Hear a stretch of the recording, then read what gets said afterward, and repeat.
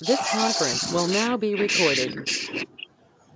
Dear participants, please mute yourself. We are about to begin the session. Thank you.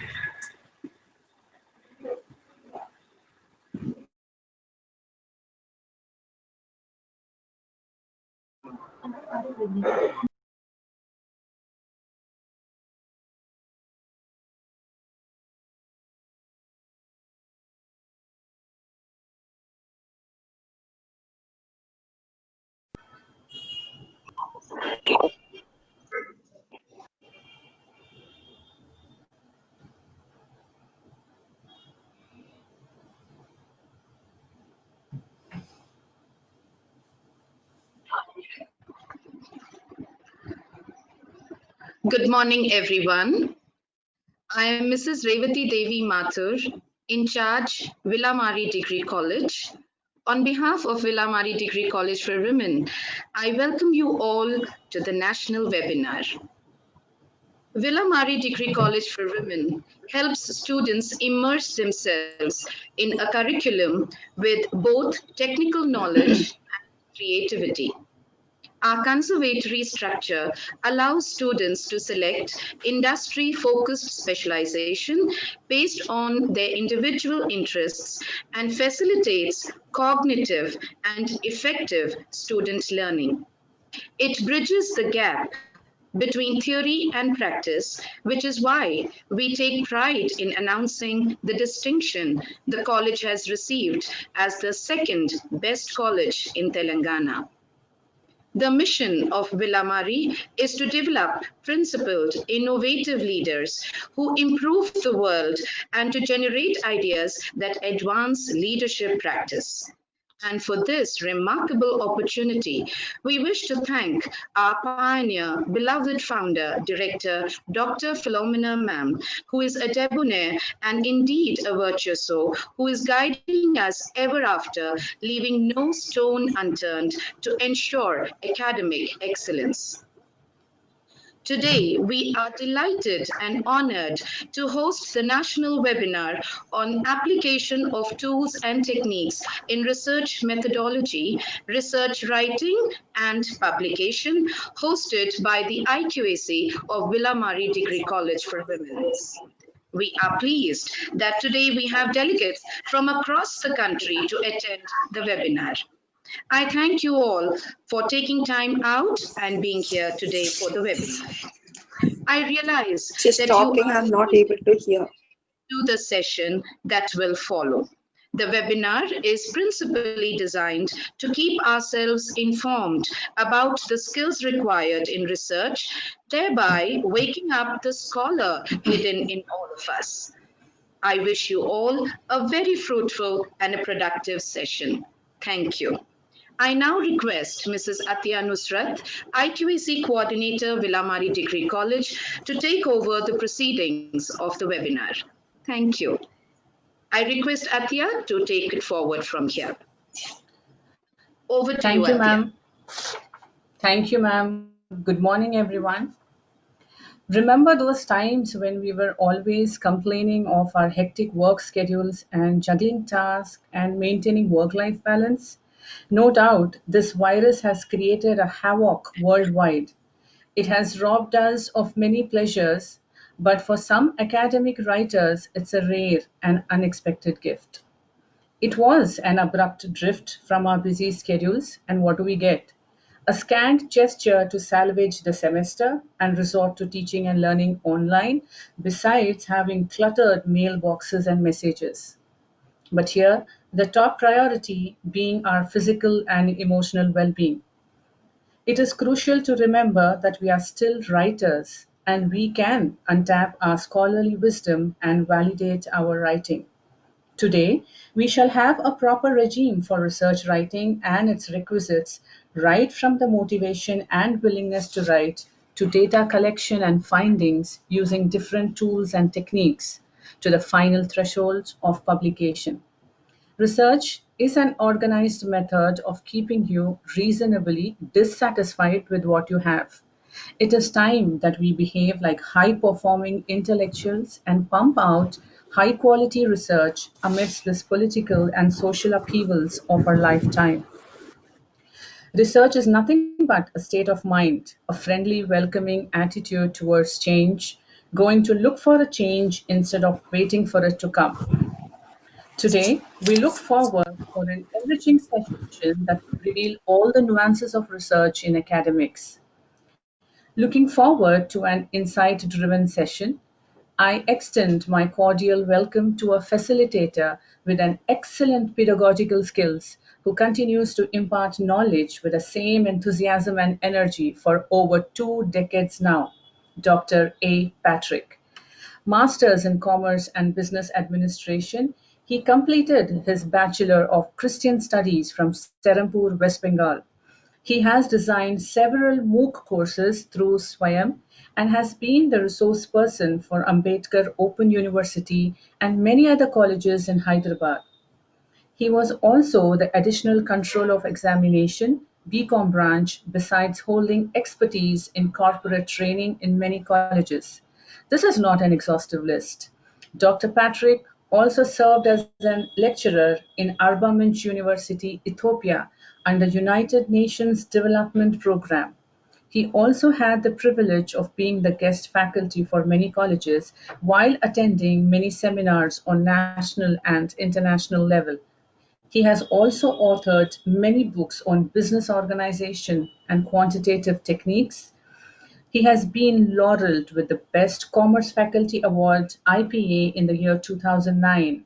Dr. Patrick is currently serving as an assistant professor Usmania University College of Commerce and Business Management, and Joint Director of Admissions, Usmania University.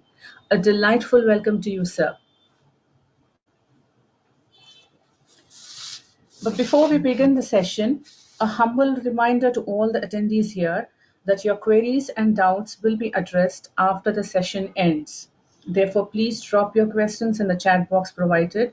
Also, to conserve the bandwidth and for smooth live streaming, please ensure that your videos are disabled and you are on mute mode. Let's get started for a power packed session here. It's over to you, Dr. Patrick.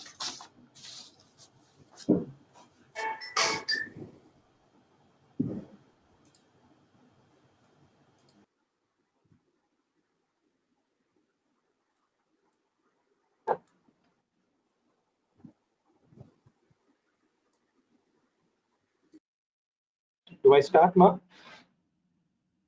Hello. Yes, sir, you may begin. Yes, sir. Yeah. Morning, everyone. Nice to be in your midst there. And we're all on time. And these days, there are a lot of webinars being announced by various colleges across the country and abroad. And I find one spree going on. The thing is, people are hustling for collecting certificates. And,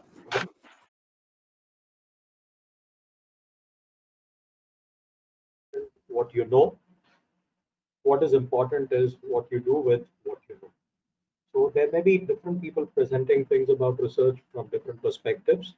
I really liked the introduction given by Atya ma'am. And first things first, I got to thank Revati Devi Mathur ma'am, her entire team of IQAC, and my old student, Mr. Naveen, and their team of Chandrasekhar, Atya ma'am, Saida, and all who had gone about with working behind the screen and trying to coordinate, creating the Telegram and WhatsApp group, trying to pass on the messages and other things there.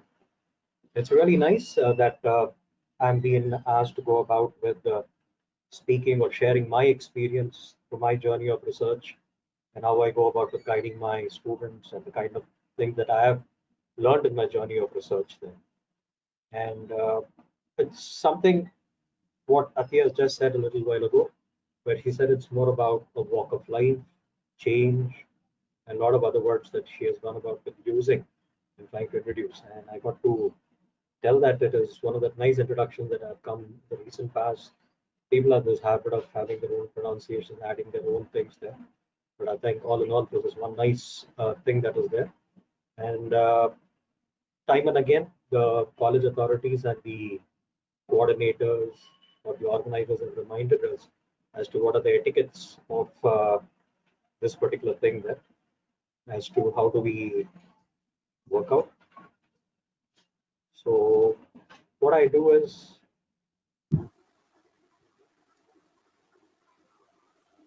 okay.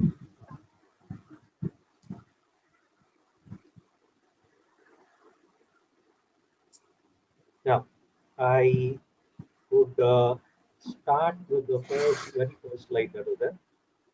Somebody was there who was helping me, whether it's Atya ma'am or someone. I think my PPT is visible now. Somebody will have to confirm. Is the PPT Yes, Yes, visible? sir. Thank you very much. We can see your PPT. Thank you. Thank you. So I'll go unhindered from this point of time there. And they've said that I only would request you all don't get into this habit of multitasking.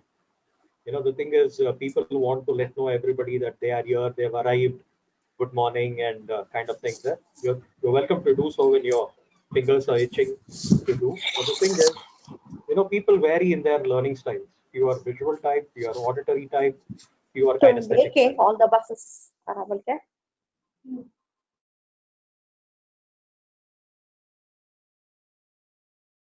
Okay.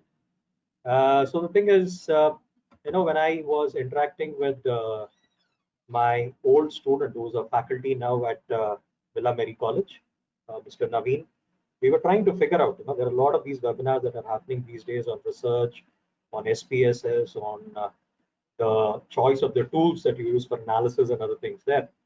Then I said, why don't you go about with figuring out as to how we would go about with adding value? What are the other things, you know? Probably in the recent past before this lockdown, we had two workshops that were conducted at Usmania University. One was purely on theory there, and another one was trying to get into SPSS, e-views, and other things there. Now, I would go about with giving you an overview with the time that is given to me to speak to you as to what are the foundations of research, what is this problem identification and formulation. Most of the people falter at this stage as to what is problem identification and formulation there. Because it's always believed that a problem well understood is half solved. So when you don't know what the problem is, you go about it beating around the bush there, and you don't get anything in return. So when you know what the problem, sometimes when we do our research, let us say it's to do with the PhD work there, you are given a stipulated time of 4 years. And I'll tell you the serious work, at least to do with writing or synthesizing and other things come in the last 1 year. But the research guides and whoever is there, they go about it telling us that you've got to spend a lot of time in understanding what the problem is, right? So the thing is, they expect you to do a lot of literature review. They ask you to go about with identifying what is already done, what is to be done, how do you go about with conceptualizing it in the form of gaps, how do you go about with converting these gaps into objectives, find the right kind of tools to go about with meeting the requirements of the gaps in terms of objectives and hypotheses, and then you do the analysis and other things. So the thing is, the starting point is more about the problem identification and formulation there. And we will spend a little time. Before I even get in, what I want you to do, there are a lot of books that are there in the market which talks about market research there. And I would wish that there is one book which is called as Naresh Malhotra, which is more about market research there. So I want you to go about with looking at it. I'm not here telling specifically for the specialization area of marketing alone there, but the tools that are being described or explained in this textbook, which is called as Marketing Research by Naresh Malhotra, it would even help you in finance, HR, or any other area of research that you're doing. And I'll tell you one thing there, research is a word which is common to all the areas, be it medicine, be it engineering, social sciences, life sciences, physical sciences there. The basics are the same there. So that is something which I have to go about with telling you. So when it comes to the methods part of it there, I wish that you spend some quality time understanding it from that Naresh Malhotra. I'll be able to speak the ingredients which go into what a research design is all about. And what are the tools which you should be acquainted with? Most often, where researchers falter is how do you go about with giving an appropriate bibliography references? How do you organize your work? We do it in a very cluttered way. We get a newspaper clipping, or we may get something from a journal, something from a, let us say, a periodical or from a lecture. We go about gathering sources. Now you need some tools to go about with being organized and see that you do your research in a timely way. So we'll talk about certain tools which are relevant with that. And today, I wish that I see that there were some PhD completed members also are participating in it. But I'm more for the people who are young and who are for research, who are very serious about it there. I have to request you, keep a tab on the things that happen on the UGC website. Make it a habit to go about with submitting proposals, be it minor, major, and other things. There's a lot of funding which is going on there, and you'll have to go about tapping it. The rules are different when it comes for the government colleges, affiliated colleges, constituent colleges, and other things there. You can seek guidance and advice from others who are seasoned teachers who have done the major and minor research project. More than anything, today, what happens is when you are getting a topic registered, I mean, Shod Ganga is one wherein all the completed PhD theses are being uploaded there. So that is one part of it. But today, if you have gone about with presenting, let's say if you're doing a PhD, first is you get eligibility to do a PhD. That is probably they vary from university to university, but in our place, probably what we do is we see whether you're qualified your JRF, your NET exam, or your SET exam. So after that, you go about with getting into the process of admission. And once you're admitted, you present a synopsis. It's very kind of a crude document that you have. You're not very sure as to whether the same topic you will be working in other things, but to assess whether you have a potential for research and other things there, they ask you to present a synopsis. And You go about with getting into the relationship with your guide, with your co-scholars, acquainting yourself with what exactly, there is a lot of hype that is created. But I'll tell you, once you get into it, in the end, you'll say, oh, is this what is called as research kind of a thing? So what happens is when you get yourself acquainted with the do's and don'ts and other things there, then you have to take the part one exam, which is into two things there, where you write about research methodology and your broad area that you've selected. And then you go about with making a presentation, which is called the research design presentation. And there's a format in which you go about the presenting. People ask you about your methodology. People ask you the do's and don'ts of your work there. They go about it giving you suggestions. Probably you can modify your objectives. A lot of those things that are there.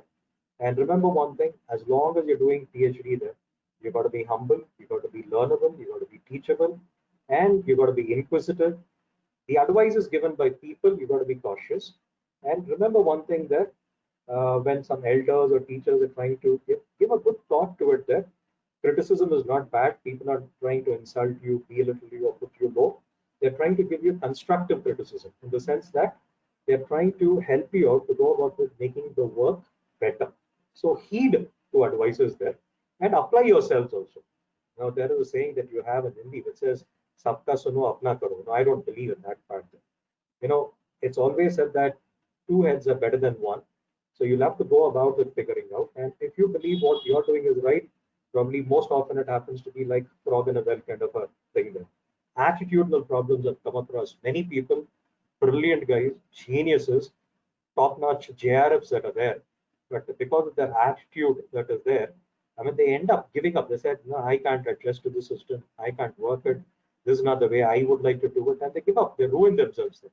And it's very late that they realize somebody who are below average and average make it much better than them when it comes to careers in research. So the thing is, humility is one very high required quality that you would appreciate when it comes to doing research there.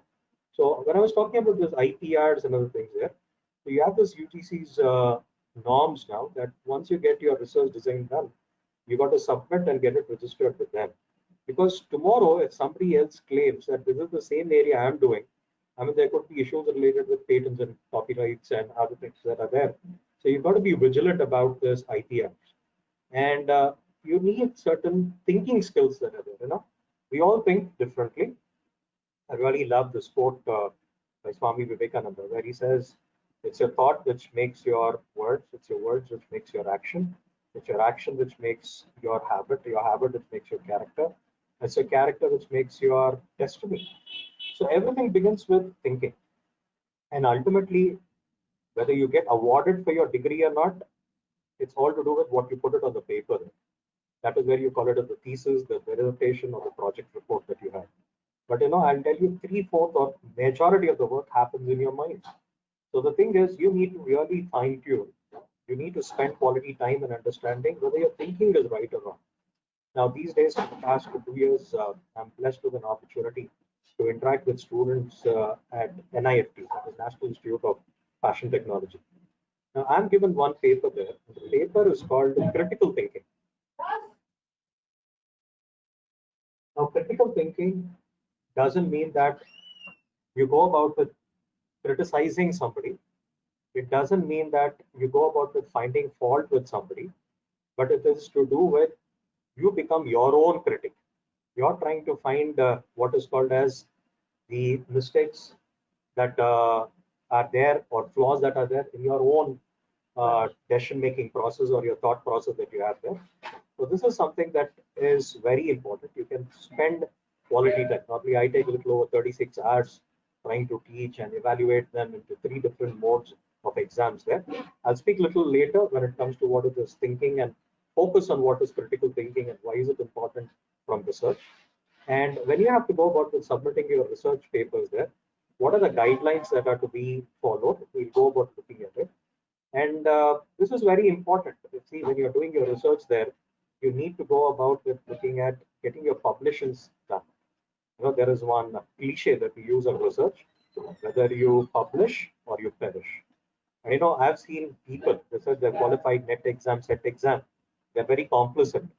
And these days we get hundreds of applications that are there, and there are very few seats which are there in PhD. And when we go about with working out a merit list, we see your publications, we see your percentages of marks that you got in your degree, your PG, and whether you're a JRF, you get a better score, you get net set. Net is more preferred over a set exam there. So if you have publications, that goes about with adding marks. If it is a joint paper, if it is a single paper, so you'll have to get into the habit of getting the papers published. So even with publications there's a lot of hype that is created.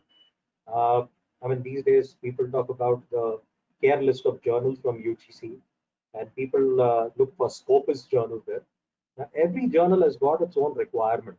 Now you need to fine tune yourself to their requirements. I'm not asking you to compromise, but fine tune yourself and strive. And the pace at which I see the present day scholars publishing articles and uh, publications that are there, no, they are more after numbers. It's not quality, but it's more after numbers. And I mean, they are more into what is called as the aspect of what is known as cut, copy, paste culture that is there. But today, let me tell you, there is lot that is done about what is known as the plagiarism test that is done, and you can go about with testing yourself before you send it there. So that is something which you'll have to focus on. So these things will go one by one. Now, before I even get into, people may talk about a lot of things. Normally, what I tend to do is I split the word research into two things. That is the prefix re and search. Now, look at the places where we use the prefix of re. We say repetitive, so regain, rejuvenate. So when you're doing something again and again, we have this two-lettered prefix which is called as re, and searching it, right? Now, I always tell it, you need an inquisitive mind. You got a question. There have been millions of people who have seen apples falling to the ground, but there was one person who went about with questioning the reason why doesn't the apple go up. Now, this was Sir Isaac Newton. When he was sitting under a tree, apple hits him, it gives a nasty blow on his head. Probably it was an impulsive reaction wherein it hurt, and he says that why did it not go up and why did it land on my head? And probably at that time, if he has asked somebody, why does it happen? People said, you're foolish. What kind of a question is it? This is nature. You just got to go about with looking at it. These are laws of nature, people have said. But he didn't give up there. He went about with trying to figure out as to why things fall. There was no textbooks and other things at that point of time there. So it is to do with, I'll tell you this way, the way we go about with learning, the word education comes from a Greek word which is called educatore. EDUCATARE, which means that you draw out of a person. Now, what normally we do under the classroom parlance is we dump into a person. Now, I also quote Swami Vivekananda. When somebody asked him what is education, he said, it is where you go about with driving a person when things manifest to an higher level, which is already existing in man. So you're involved with something. What education goes about with shaping you and molding you, it takes you to a higher level that you have. But I also look at what Swami Vivekananda says once when he said about thinking. He says man's mind is like a restless monkey, goes about going from one branch to the other that is there. So you have to learn to be disciplined, to be controlled, to be focused when you do what is called as research. So when it comes with the aspect that you have there, I was trying to tell that there are two approaches that you have. One is called as an inside-out approach, and another is called as an outside-in approach. Now, in the case of Isaac Newton, if I go about looking at, he would go about with looking at that point, there was no books in physics and other things talking about the laws of motion, first law, second law, third law, and other things there. It is working within, which has brought those things out, and that has become physics today for us. Even in the case of Galileo, I still recollect that he was put in a prison wherein he went about with saying that the sun is the center of the solar system and Earth and the other planets revolve around the sun. The imposition given to him is he had to tell Earth is the center and sun and the other planets revolve around the Earth. And 400 years after his death, the church that was there had given a certificate to tell that Galileo was right and church was wrong. So, these are things which make us believe that there are things which are already there. But only thing is we go about with applying ourselves, whatever thing that we have learned, go about with putting into application and get things to the fore. That is what is research all about. Now here I found in one of the literatures, probably in an IGNO material to motivate students to study. Now they said what is research is, it is a rational way of thinking, rationality. Now here you are trying to go about with finding a relationship between what is the cause and what is the effect. So that is where you talk about being rational. Some people are called as rationalists. Now they don't believe in superstitions. For them, religion, spirituality is another realm. So they believe if something can be proved, I accept it. If it can't be proved, then that is not rational to me. But we talk about rationality in research as well there. And you have what is called as expertise, and you work out what is called as an exhaustive treatment. You search, and basically, if there is a question, which we call it as a research question, then there is research. When there is no question to address there, there's nothing that you got to search, and there is no solution that you're finding. That doesn't constitute what is called as research. You're trying to work with, was it exactness? Now, this would sometimes vary. When you talk about life sciences there, they are very precise. But when it comes to social sciences, probably we talk about approximation. You do analysis, you're trying to figure out relationship between facts. I'll come to this word again, but it requires what is called as eye for details. When you talk about critical observation, there are times what you observe, others don't go about it observing. And research requires what is called as careful planning. Probably I missed out on the spelling. It requires what is called as constructive attitude. It requires condensed generalization. This is what I was trying to tell a little while when I began. Attitude is very important. I really love reading those books and speaking on John Maxwell, where he said, if you want to go about with making big in life, what determines your altitudes is your attitude. So the approach that you have is very important, and it is not destructive. Get the word right. It talks about being constructive. And people have dubious ways of making it. There is one funny way that I have come across. One very famous teacher from Xavier's Institute was also an alumni teacher at Usmania University. Now he went about saying in Telugu, when it comes to the word thesis, I know there are people from various other parts of the country attending this webinar, but the thing is, the word thesis, if you look at it, it's got a very funny connotation in Telugu, where they say "tisi rasadani thesis center." It's like, I mean, if I have to put it in a crude way, it's more about cut, copy, paste kind of a thing. You don't acknowledge the original person there, the ones who have actually contributed. You claim others' ideas to be yours. So this is something where we go about telling that you need honesty and you need to work hard. There is no substitutes for that at all. Probably you talk about smart work and a lot of other things there, but you have a grind. I still remember very old thing when I was trying to get admission into PhD. I had a professor at the university here, Augustine sir, and my guide, Professor H. Venkateshwarlu, and my teacher, Professor Rachalapati, who have molded me into research, teaching, and other things there. There were a few questions with which Professor Venkateshwarlu asked me. One is he said, "Do you know how to drive a two-wheeler?" I said, "Yes, sir." I was just starting that. He said, "Do you know how to type?" Said, "You need hands very fast on the typewriter." I mean, the present day generation is all more into texting. They are more thumb friendly than the fingers friendly kind of a thing there. But the thing is, I said, yes, I have learned typing. I've passed my higher. Then he said, you would do well. And beside him, there was Professor Agustine, who was also his friend there.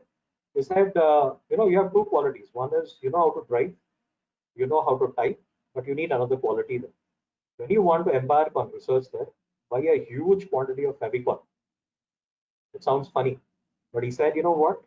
You need to put it to the chair, get your bottom placed on it, get yourself glued, stuck to the chair, and do a lot of desk work. Now, if you spend quality time on the desk, then you're going to come out with a very good outcome.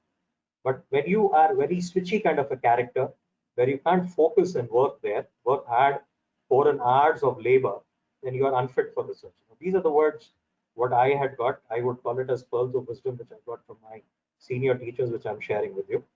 Now let me proceed with this foundation of research. What I've done is, I said in the beginning, I tried telling as to the framework with which I'm going to speak with you there. This is something which Naveen and his team had presented, Revati ma'am and others. So the first thing that we come across is, how often have you come across this cliche which says those who can do, those who can't teach? This is a very huge slur or an insult that we come across in the teaching community. Now, I've heard about the way they respect teaching in Japan, in New Zealand, and some of these European Union countries. I'll have to take an example in Germany.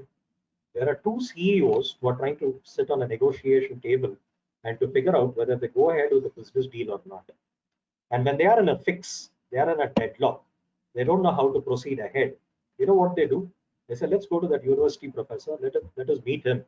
Let us pour into his wisdom. And whatever he decides, let's bank upon that. You find this very rarely happening in India. And here, they go about with accusing the teaching community. They say that teachers are good in what is known as autopsy. Autopsy is to do with, you will do the postmortem and tell the reasons why the death has happened, but you will not go about with preventing the causes for the death. So we have an accusation from the corporate telling us that we are very good with theory, but we are very bad when it comes to the practical part of it. We lack that wisdom to link what is called as theory and practice. They can do case studies, but the thing is, trying to prevent the causes for failure or losses, we are very bad at it, what they say. There is an element of truth also. I don't negate it completely. That is there. I don't find fault with the corporate world as well there. But I would tell something else in the next slide when it comes. This is what I'm trying to tell here is, regrettably, this fairly common saying reflects a society that doesn't understand, appreciate, or value the work of a teacher. Probably today you have more of supply and less of demand, and people go about it looking at the teaching community in a very cheap way. But it is up to you if you want to be treated in a valuable way. You add value, the way you get respected depends a lot on you. So I would tell that we got to change this culture of autopsy to getting into biopsy. If when somebody has got a cancerous growth, they go about it taking a small part of that cancerous growth there, they test it, figure out, and say what level of chemotherapy and other things are required. Now that is where you work on live cells. So if you can do something on that, we talk about live projects and dummy projects. I mean, fake and other things that are there, sham work. Now, I said something here where I said those who can do, those who can't teach.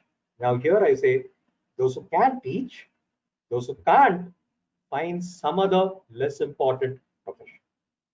And I would tell teaching is the highest profession. This is what I want to go about with emphasizing on, to tell you that all other professions get their inputs, are shaped, designed, molded. It's all because of the teaching profession. So here I would tell you, those who can, they teach, but those who can't teach, they go about with finding what is called as less important profession. So teaching is not less important, right? So here it said that this in turn helps us to replace that terribly inaccurate adage that is used with the teachers with what I've quoted here. So there is this teacher in an elementary school who says the teacher research is exhilarating to an educator because it respects their wisdom and gives them an active voice in improving practice through inquiry. Teachers leave their footprints in the problem solving process. There are a lot of watchwords that are there here. I love that word wisdom. I talk about active voice, practice, thorough inquiry, and they leave their footprints. Wow, they are something which are indelible.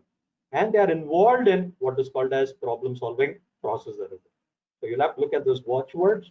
And then this is something to do with an inquiry circle. Normally what we do is we collect data. Now look at the basic thing that we do in the classroom. As teachers, we go about doing all that rumination of library work, references and other things there, and we carry it to the classroom. We go about with speaking it out. There are different modes of teaching that we go about with demonstrating and carry out the job. We share information in the classroom. And then what we go about with looking at is the proof that the students have gone about with assimilating, imbibing, and understanding what we spoke to them. We go about with conducting exams then. So it tests their knowledge levels. And then we go about with giving them marks after the evaluation and assessment. So we are actually figuring out what is called as their knowledge levels. But when corporate comes and goes about with recruiting them, They are not very keen on your percentages. They are keen on a minimal level, but beyond that, what happens is there are more students. Can I get my PPT going?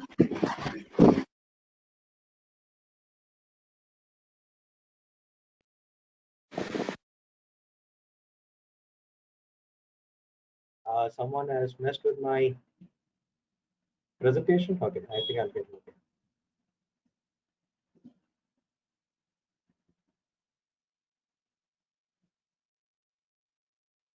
Am I okay there? I think there was a small disturbance. All right. Someone will have to confirm. Am I Yes, with my sir. PPT on here? Yes, sir. Please Yeah, yeah. proceed. Somebody tried doing a share. I think it got distracted. Please, time and again we had the organizers trying to tell us that you need to follow certain etiquettes there. Right. Let's get going. So what I was trying to Thank tell is we go about with having students selected in their placements and other things there. And at a later stage, when you conduct an alumni meet and others, the corporate is not keen on the marks; they are keen on the intelligence portion. And I always go about with telling it like when it comes with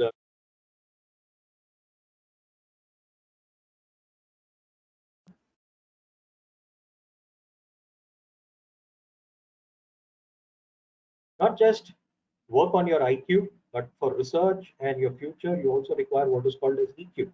That is your emotional quotient. You got to work on your physical quotient, intelligence quotient, your spiritual quotient. You need what is called as one important thing is adversity quotient. There, how do you? I mean, you get something which is very shocking, and how do you go about reacting? Do you get into stress? Do you sulk? How do you go about with reacting? So you need certain things there to work out. But when you conduct an alumni meet for a batch of students, you find all of them were placed, but some of them made it to the top ranks and some are stagnant where they are. What has happened here? Some students were able to carry their application skills to another higher level, which is called as wisdom. Now, that is what happens there. So we collect data, we analyze data, we take action, we share with others there, and we develop what is that thing which is called as awe or wonder. We make the students to go about with thinking, and we put them into this rigor of doing project work and other things. This is what we call it as a normal inquiry cycle. This is something which I've been using over the years there. When I talk about in any research, you have four phases. Now, the first one is to do with the observation phase. Second is to do with the hypothesis. Third is to do with experimentation. And fourth is to do with conclusion. So the research cycle has got four phases there. Now, you'll have to be a little careful because normally we believe that what we see with our eyes is observation. But I have something to tell that it is a tool through which you receive the stimuli, and it is your pancha indriyas or it is your five senses with which you observe, you process it in your mind, and you attach meaning to it. Now, I don't know if somebody is getting a clue of what I'm talking. I'm actually talking about the process of perception. So when you are observing, you're receiving stimuli, you're processing it in your mind there, you're attaching meaning. This meaning leads to values, beliefs, attitudes. A combination of these values, attitudes, and beliefs is what becomes your behavior. The thing is, the meaning that I attach, I'm not sure whether the way I interpreted it is the same way that others also would interpret it. So I'm in a flux, I'm in a fix, I'm baffled, I'm confused, I'm puzzled. So what I do is I try figuring out whether what I think is in sync with what others think. Now this is where I go about we're talking about the word called hypothesis. So a hypothesis is to do with a tentative or a temporary conclusion. It is not the final thing. If somebody has done a PhD, I've seen some 7 or 8 people in this group who are PhDs. Now they were awarded because they have submitted something to the university in the form of a book, and that is called as thesis. Thesis is the final word. Hypo is tentative. And normally I take this example when I try teaching to relate with what we have studied in our school days. We say there was this person by name J.J. Thomson. Now, what he said is, if in his imagination, an atom was something wherein the electrons are scattered just the way the seeds are scattered in a watermelon. And today, if you go about with going to advanced nuclear physics, probably it sounds dumb. But let me tell you, the thought that he has got made people to observe something, criticize, go ahead.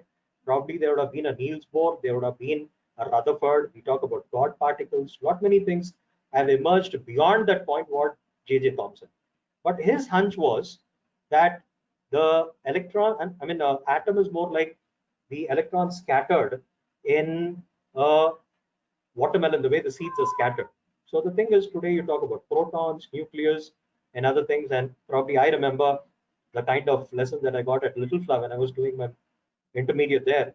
You talk about the orbitals called SPDF and other things there. So there is a different kind of a thing. So today, the kind of knowledge that we have to what we had prehistorical. Now, I would put this hypothesis of two types. Now, something what you believe is status quo, doesn't change, remains the same, we call that to be the null hypothesis. And when we challenge the null, or we are trying to figure out that something is against the null, something is against the status quo, now we talk about a directional and non-directional kind of alternate hypothesis. And when we say, when you use neutral words, I'll have to tell it, probably I didn't use it in my PPT here. Now people go about it asking this question, when do I use a one-tailed test and a two-tailed test kind of a thing? Now, when you're trying to figure out that between two situations, you use a neutral word saying that there is no difference, there is no significant difference. You talk about a two-tailed test. But when you would look for what is known as a directional one, when I say there is positive words, let us say that when I drink water from a water filter, probably I'm healthy, and when I don't drink water from a filter, I'm unhealthy.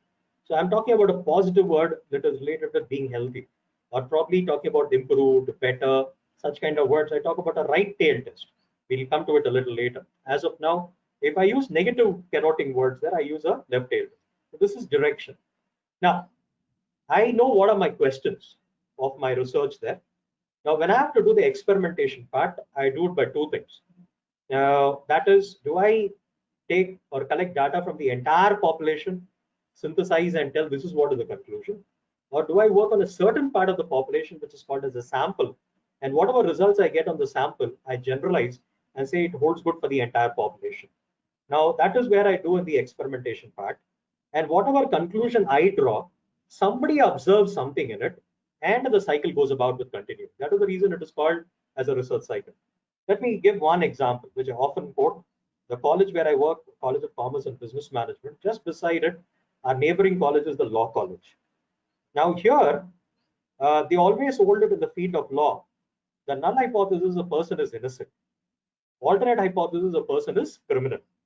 So normally what we do is, most of the media guys on the news channels, what they do is, they do what is called as trial by media. I get across some vociferous journalists that are there who scream at the top of the voices to make a person feel guilty. But let me tell you, that is trial by media. The person is accused. He is not guilty. Right? Guilt charges are levied against a person. And the code of law says a person is innocent unless and until the guilt charges levied against him or her is proved. So we always hold the premise that a person is innocent.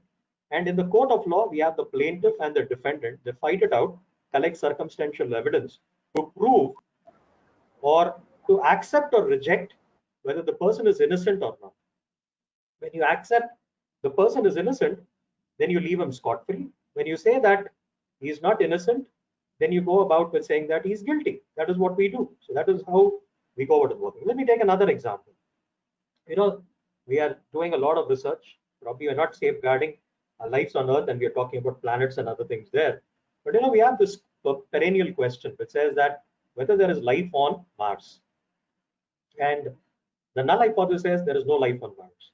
The alternate hypothesis says there is life on Mars, because all the planets revolving around the sun derive their energy from sun. So there is this question, and there was one piece of rock in one of the explorations. They brought it to Earth, and when they broke that rock, they found a fossilized leaf in that rock. So somebody said, if leaf is there, probably tree is there. If tree is there, life is there. And from that, again, the cycle continues. And recently, somebody got some pictures from the planet Mars. And in that picture, they've seen very shapely rocks that are there. So the rocks can get a shape when there is an air medium or a water medium. So when there is air and water, probably there is life on Mars. But till today, it is an inconclusive thing that we are not able to exactly tell whether there is life on Mars or no life on Mars. Still, the cycle is continuing. That is how I put it. And let us say the next thing. So I was trying to tell the word hypothesis is to do with a tentative or a temporary conclusion. I mean, you use a lot of synonymous words with it. You call it the hunch, you call it the guess, or you call it the assumption. But I don't know how you take it this way there. This word, English word assume, if you split it and say that, they say that ASSUME, then if people don't understand the conditions of the same wavelength, they say that you make ass out of you and me. Don't mistake me for that word. Now, I said, what are those types of hypothesis? Null hypothesis. This is not an English word, but it talks about same, existing, prevailing, no change, no impact, kind of a thing that's to do with null. And when we talk about alternate hypothesis, we are talking about something which uh, goes against or contradicts or something which is proposed in a way which doesn't go well with the null hypothesis. Now, I was talking about what we do in the experimentation phase. Is that there is one which is called as a deductive approach, the other one is called as the inductive approach. So when you use this word deductive approach, what we are saying is we are going from general to particular. That is, we are doing what is called as population or a census study. Now, when you talk about inductive, we are going from particular to general. Now, I have this common example which students keep reading the standardized material for GMAT exams. When it comes to syllogisms or logic and other things there, you have a lot of these things. Now, one of them which says all men are mortal. That is, nobody can escape death. And I love this cricketer. The same example what is quoted in that book also. It says that Brian is a man. So first sentence, all men are mortal. Brian is a man. Then I ask students, what is the interpretation that you make out of these two sentences? They said, Brian is mortal. Wow. You use Venn diagrams or you have used your logical approach there. So when you say all men are mortal, Brian is a man. Brian is a part of that mankind. So the interpretation is even is a mortal. So what you did here is you're going from general, which belongs to mankind, to a particular individual by name Brian, and you're trying to draw a conclusion. Now, I weigh a little over 90 kgs there. I don't take pride in that. But the thing is, sometimes I land in my health center at Usman University and I tell the doctor, look, I've got the symptoms of profuse sweating, intermittent high and low fever, shivering. I believe I got malaria. Why don't you write me this malaria? He said, wait a minute. You are a PhD with commerce and management. It is me who has to tell you whether you have that disease. Get yourself diagnosed. I will prescribe you the right kind of medicine. So when I get there to that diagnostic center, the guy is ready with a needle to prick into my index finger. A drop of blood, smears it on a few slides, looks it through the microscope, and he goes about by telling me whether I have malaria or not. So this is the single drop of blood with which you are trying to ascertain whether that virus is there in the body, which is around 90 kg. And we use it every day. Now that is where we talk about the inductive approach that we do in the experimentation. Now, where do we get ideas for research?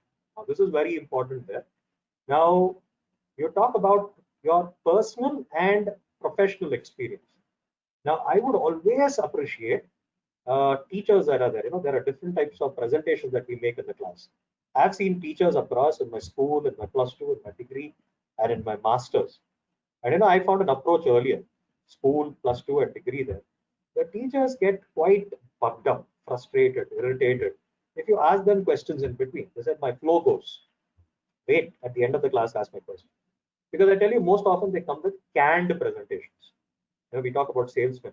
He says, good morning, ma'am, I've come to sell this. You stop him somewhere, you go to good morning, ma'am, or good morning, sir. So the thing is, what I'm talking about professional experiences, someone who goes about with fine tuning is that quality questions which comes from students in the classroom. They are potential seeds for research. Or it could be your own personal understanding. When you read, when you analyze, I'll tell you, I've come across different approaches that people go about teaching what a PRS is. I've come across teachers who mug up the performers and tell the students, you mug this three performers and put it in the paper. In the exam, you read the question, mug it, put it, get the answer. But I've come across teachers, like I've read S.N. Maheshwari and other books.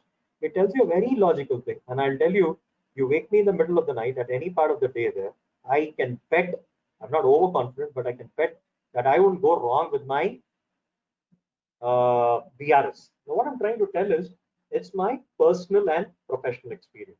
So the thing is, when you practice, you come across new ways of doing things. So this can add to research. And I was trying to tell in teaching, what we tend to do is we teach students how to swim without water. So we are trying to give them theoretical inputs, and in practice things are different. But if we can make, what exactly is a project work that we give to our students around them? It is nothing but we are trying to tell them how do you go about with the relating, how do you go about with connecting, or how do you bridge the gap that exists between theory and practice. And I would tell one thing. There are two aspects what I told you: literature and media. Now, I would always hold, wherever I speak on research, I tell them, especially to do with business studies, be it a BCom or BBA or BMS or an MBA or an MCom kind of courses there, I always insist that if you're not reading a business paper, you're no better than a criminal. Mark those words, what I'm saying. I said, if you don't read business papers, you're no better than a criminal. Now, I tell you what I did before I started this course there. I believe that I'm using my time productively.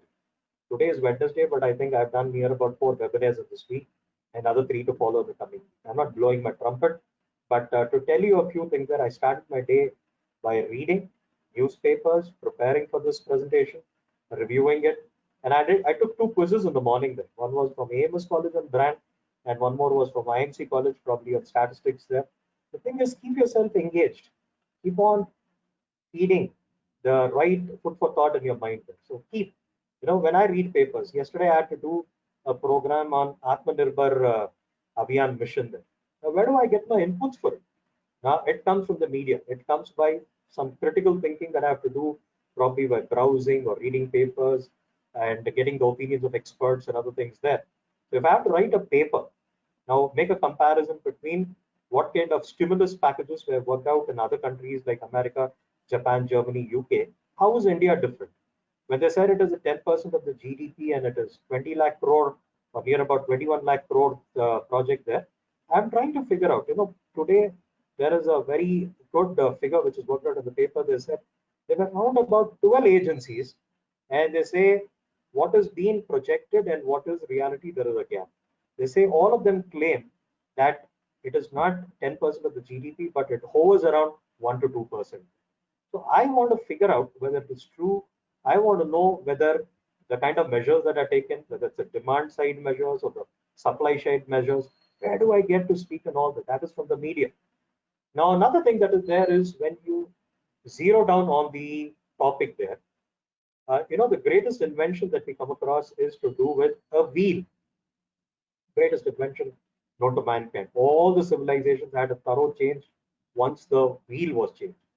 Why do you do literature review is, the thing is, there is a lot of duplication that happens in knowledge. So when students pursue their research, we tell them, do some critical reading. Read, let us say, a little over 400, 500, or 100 or 50 readings on your topic. I don't think any work is pioneering. There could be connected works that are there. So go about with doing a lot of literature review. And I also tell the ones that are attending, when you read anyone's research paper, there is a structure that you have. Probably it begins with an introduction, the title, the author's name, the abstract, the keywords, the introduction, the research methodology, analysis, interpretations, findings, suggestions, recommendations, scope for further research, limitations, bibliography, and references. Now, this is a typical structure of a research paper. But when it comes for that scope for further research and limitations, I tell you, your focus should be on that. Let me tell you, when I was doing my research in the area of CRM, that is customer relationship management, almost all the literature went about with telling that it is always seen from the perspective of the seller or from the perspective of the manufacturer. They said there are very few studies that are there which goes about with looking at it from the consumer's point of view. So when I had this being worked out, I worked out on the title of Customer Relationship Management, a dyadic exploration in select banks. So when I said dyadic, what I meant was, when you talk about relationship, it is not parasitic. You don't look at it only from a supplier or a manufacturer's point of view. It is symbiotic. So you also look at it from the consumer's point of view. So I had to go about with figuring out studies, working on the questionnaire. I took what is called as the public sector, private and foreign banks. and God's wish that I had been to Ethiopia for 2 years, worked in Arvamanch University. So I took a similar kind of data there, came back here, and I did the analysis, made a comparison between these and presented it, and that is how I was awarded. I'm not blowing my trumpet, but the thing what I'm trying to tell you is when you do literature review, you arrive at what is called as gaps in previous research. Now, you always substantiate the need and the importance of your research based on your gaps. If somebody goes about it asking you, what is new about your work? It is a stalemate. The same title, many have done it before. What is that you have added to the field of knowledge? What is your contribution? So this is something which is to do with the genesis of your research. So literature review, mark me, is the most important element when it comes to the research product. So that is where you condense the reasons why you do research and you figure out. And another thing, I've come across some of my own colleagues that have joined later who said, sir, and I remember a lady who went about with collecting data on banks. It was a bit sensitive. And she aggravated the bank by applying even an RTI. And I tell you, if you don't get data, why don't you change the objective? And I tell you, the young ones are little cleverer these days there, unlike what we were there in the earlier generation. Today, they collect the data based on the data, they frame the objectives. Now, we had a different approach earlier. We should take a topic, do the literature, and figure out the gaps, then work out the objectives, then work out the hypothesis, then design the tools for collection of data, analysis, and other things there. But I still believe the older method works out well. Now, when I'm talking about this literature and media, this is what I'm trying to tell you. There are not many resources on literature these days, such as books, journals, articles, newspapers. And my thing is, please get into the habit of reading a Mint, a Business Standard, a Business Line, an Economic Times. Now, these are things which will provoke you to think. And I tell you, when you get into the classroom to teach also, what would happen is your flow and how do you connect things. Because when you go about taking things, what is there in the textbook and just vomit it in the class there, how different are you from a student? Even he can read to get the same thing. You are there to go about with giving insights. You are there to go about with giving what is called as application skills then. So here what I'm trying to do is, you are trying to go about with searching, reading literature that is possible. Now, this is what I was trying to draw your attention to. You encounter gaps in information, knowledge, and problems which are there currently for which there is no solution.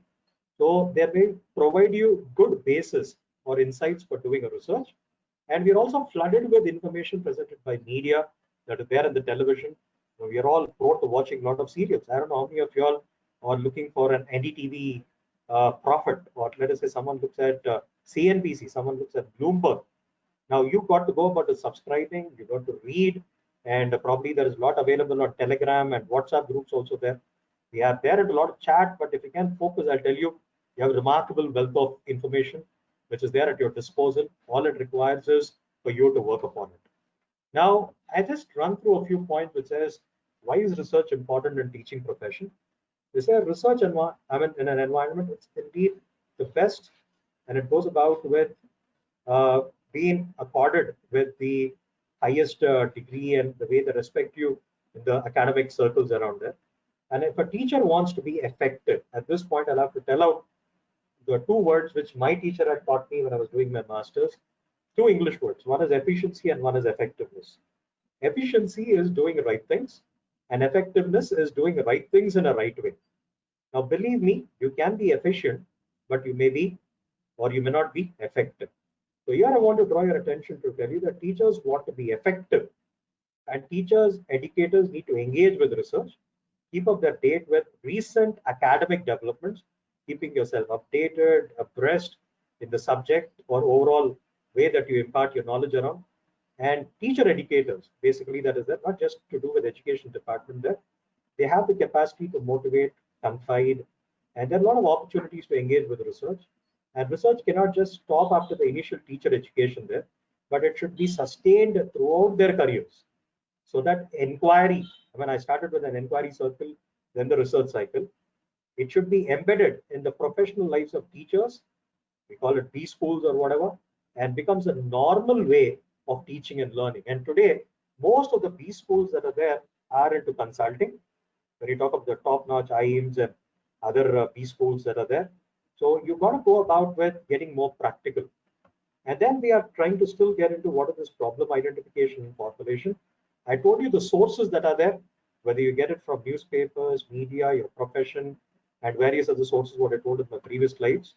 Now, research problem is a question that a researcher wants to answer, or a problem that the researcher wants to solve. The research problem is a situation that causes the researcher to feel apprehensive. You're not comfortable, you're confused, you're ill at ease. That is something which provokes you to what is called as research then. So please mark these words again. It says research problem is that situation that causes the researcher to feel nervous. You're uneasy, you're apprehensive. I mean, you're shook up with your foundations of knowledge levels there. You're confused, you're ill at ease. Now, this is something which should be a driving force to make yourself to come out of that apprehensions, to come crystal clear out of that confusion and be at ease with yourself. Then. And then what we do is in identification formulation of the problem is considered to be the very first step that we have in the research process. It is believed that most of the, I told about the sources of research. From the sources, we are trying to figure out the problem. So we are trying to articulate it. Now, this is where most of us go wrong. I have to tell you that our thinking process is all in our mother tongue. But when we speak it, probably it's in an alien language called English. So most often we come across this problem wherein our thought process is not in sync with what we speak. So the thing is, the gap is where we are not able to articulate our thinking with the right choice of words. So when you are trying to link your thought process, your thinking, your ideas with the right choice of words, that is where you crystallize and you call it as formulation of the research problem. And it is believed that most of the good research studies needs a lot of time for selection of the research problem. This is what I said at the beginning. Why do you require that 3 years period? Why do you require that 4 years period? I mean, I had this fortune to go about with interacting with the professors at ISB. You know what they say? When they come for their publications, they spend 5 years vigorously, 3 years, and for them, 1 to 2 years is paper in some of the recognized journals. So this is what you go about with looking when you say that you'll have to go about with spending a lot of time in selection of the research problem. And I mean repeat it again, which says that a problem well understood is half solved. So this is where it makes your journey easier. And a research problem, there is one of this researcher who goes about saying is an interrogative sentence. It's ask questions. Statement that asks the relationship that exists between two or more variables. We'll come to this word variable a little later. What are the components that make up a research problem? There must be an individual or a group which has come with a difficulty. Someone who comes for consulting, another thing. They said this is our issue. It could be a person, it could be an organization. There must be some objective to be attained. That is what's said. The research question will be converted into objectives. The gaps get converted into objectives. And if you want to test the objectives empirically, that is where you do the hypothesis testing. To meet the requirements of the objectives and the hypothesis testing, you do the data collection. And if one wants nothing, you cannot have a problem. So the problem is the genesis. So if you are crystallizing on that, there is research when there is a research problem. No problem, no research then. There are alternative means for attaining the objective. So there are different ways of doing it. People depends on the situation, depend on using the right choice of tools, whether it is qualitative, quantitative kind of thing there. There must remain some doubt in the mind of the researcher with regard to the selection of alternatives. So you'll have to figure out, this is where you're in doubt there. This is where the role of the guide comes into existence. You may believe what you're doing is right. The guide is not there to write your thesis. The guide is not there to dictate a thesis. The guide is not there to produce the research work. He is your facilitator. He would tell you when you're in a doubt in your mind there to tell you whether you're on the right track or not. This is what happens then. So you must, I mean, there must be some kind of an environment where there is difficulty pertaining. And, it's quite common that anybody can tell. You can be a nitpicker. You can go about with finding faults. But what is really required is if you go about with finding solutions. So that is what is the end thing what you have with research. And when you talk about steps in finding or problem identification, we talk about the statement of the problem should be put out in a general way. So research, I remember some of my senior professors saying it is like a funnel approach. So you go from a very broad part and you get narrower. So it's more about knowing more and more about less and less. So you start with a very general way. You start understanding the nature of the problem. You survey the available literature.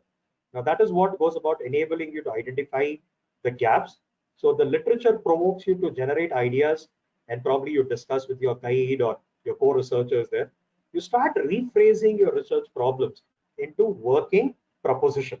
That is what is to do with your research problem, or later you work out your objectives and your hypothesis. The next thing is the statement could be in a very general way.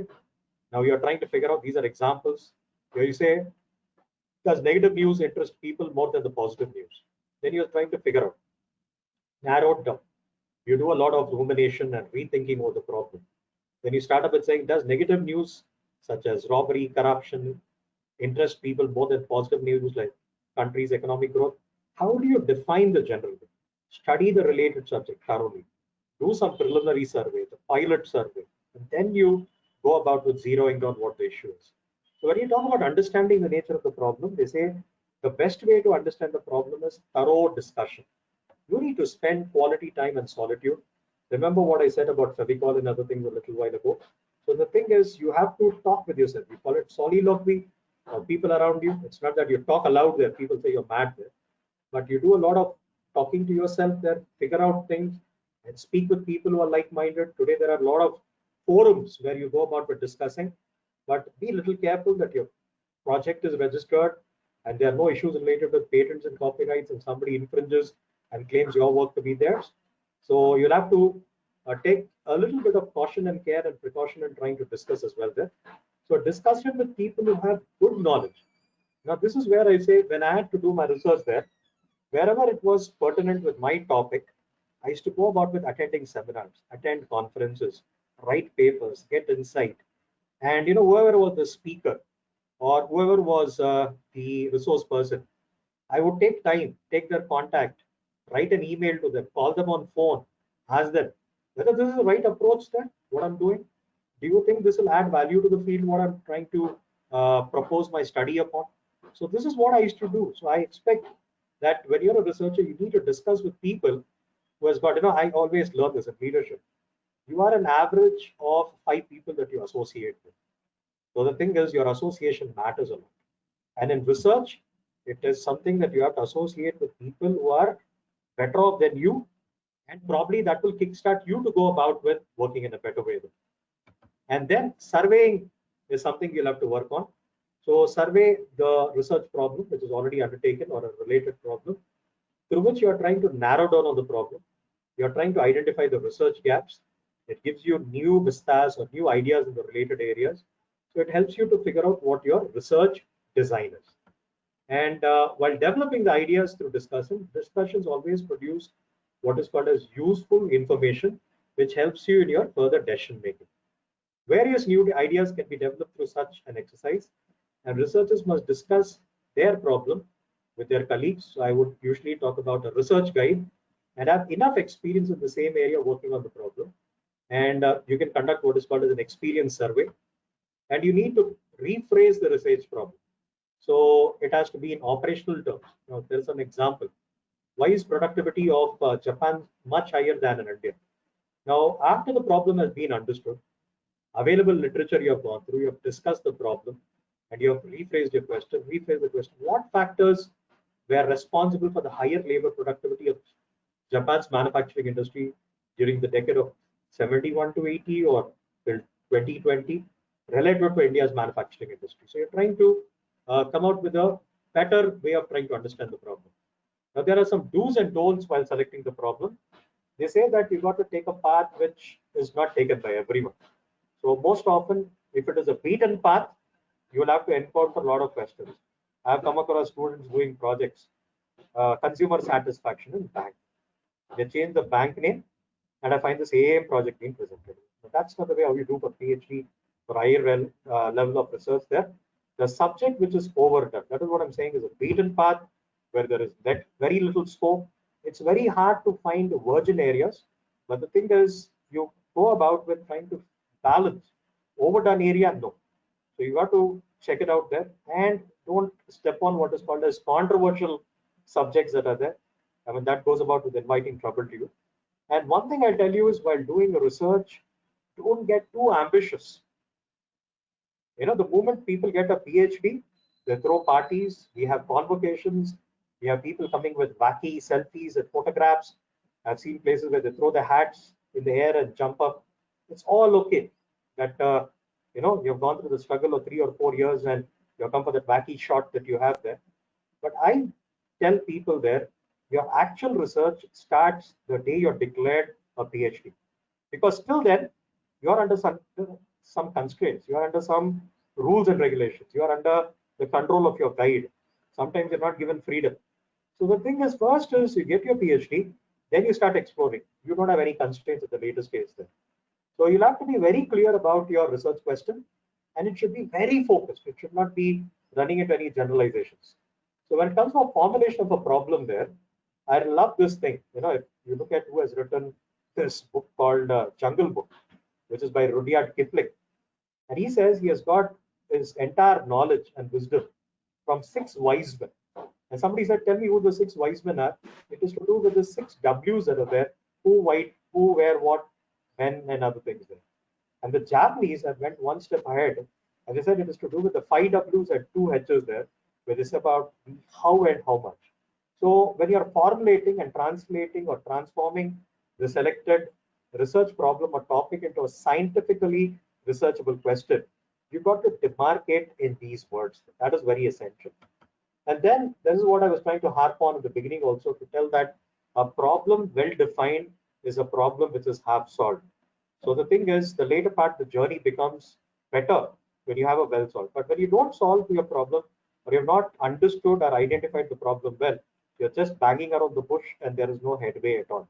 So an ill-defined problem may create a lot of hurdles, like you're not sure what kind of data is to be collected, what characteristics of data, what is relevant to be studied, what relations are to be explored, what techniques are to be used for the purpose. So you're all into confusion there.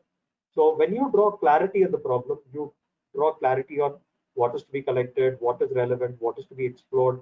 So what is useful technique for meeting your purpose and other things there. And what is good about the problem formulation part and other things is formulation of a problem is the first and the most important. That is what we said. And it is like identification of a destination before undertaking a journey. So this goes about with trying to draw a blueprint before. You have a start and you have a finish. So the thing is, this is your starting point. So research problem serves as a foundation for a research study, like a building.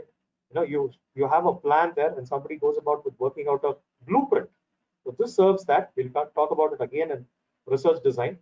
So if it is well formulated, and I look at one slide in the beginning, I've seen a lot of those pictures of Villa Mary College there. I've been umpteen number of times to that college. I see this elevation and that beautiful building of the college there. But I tell you, before Sister Wilhelmina would have started the college there, that would have been some barren land or something there.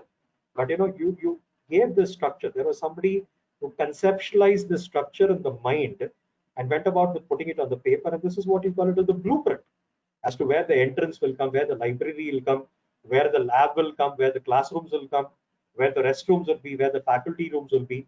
So you have a kind of a blueprint, and it should be well formulated, and you can expect good study to follow when I'm talking about research design and other things there. Now, very crudely, before getting in the next slide, I said, you got to develop a title. You need to build a conceptual model. You have to define the objectives. You have to set an investigative questions. You have to formulate hypotheses, get into operational definitions of concepts, and you have to deal with it. These things I speak in detail next. Now I've come to what is called as the steps in research. First and foremost, we talk about problem identification and formulation. That we have stretched it. Now, when it comes to types of research, there are a lot of researchers that are there, but my focus is on 2 or 3 methods that are there. There are some researches which are conducted to understand the problem itself. You're trying to throw light on the problem. Let us say that in a country in Africa, which is called as Liberia, It was a very strange case where people are getting boils on their skin, and what they noticed is they ended up dying because of it. It was called the Ebola disease. So the thing is, there is no medicine or vaccine for it. They say prevention is the best cure. You'll have to uh, ensure that you don't get bitten by mosquitoes and other things. Similar kind of a thing, if I look at it in Brazil, carrying mothers delivered babies with small heads, and people asked what happened. They said it is because of a Zika virus. And probably for the past 58 days, we have been troubled by this COVID-19 with lockdown and other things, or the problem is more than 4 months, if I would put it. 4 or 5 months started with December. So the thing is, if I'm trying to throw light on the problem, we're calling it as an exploratory kind of a research. There is another thing which is there, which is called as the descriptive research. In this, what we do is we don't talk about the why part of it, but all other things, who, where, when kind of things. We only describe, just like we say in statistics, it has got descriptive statistics and it has got inferential statistics. So we only describe part of it. There's another thing which we have, which we call it as the explanatory kind of a research there. Now we talk about relationship, or when I figure out a regression formula which is to do with y is equal to a plus bx there, I'm talking about an independent variable x, dependent variable y, I'm talking about slope of the curve b, the y's intercept, I'm talking about relationship. I'm talking about a simple regression formula. But if I look at y is equal to a plus b1 x1 b2 x2 b3 x3, I'm talking about multiple regression up to bn xn. So the thing is, if my research is more about the explanatory part of trying to find or figure out relationship that is there. And there is another type that you have, which is called as causal research. I'm trying to establish relationship between the cause and effect part of it. And once I work out with the type of research, I said this blueprint part of it, we'll spend some time on that. And there could be primary and secondary data tools which help you out with data collection and very important step of editing, coding, and tabulation. When it comes for research design, we figure out what our sources of data is. Are you collecting it for the very first time, or it is from an established source? So we are talking about primary and secondary. If data collected by somebody else, if you're fine tuning and molding it to your requirement, you're calling it as secondary. If you're collecting data specific to meet your objectives and your hypothesis, you're calling it as primary. The same data can be primary in somebody's hand and it can be secondary in somebody else's hand. Let us say the government goes about with doing the census enumeration. So they come out with different figures and statistics there. One of them is to do with the birth rate. And if there is a company by name Johnson and Johnson, they are very keen on this number because that gives them impetus to get into what is the pace of production, how do they create their stockpile, their inventory movement. It's all based on the birth rate figure. So the same number in the hands of the government is primary data, and in the hands of Johnson and Johnson is called as secondary data. So I said about sources of data. Then I have to look at if I'm collecting primary, will I do data collection through sampling or to census?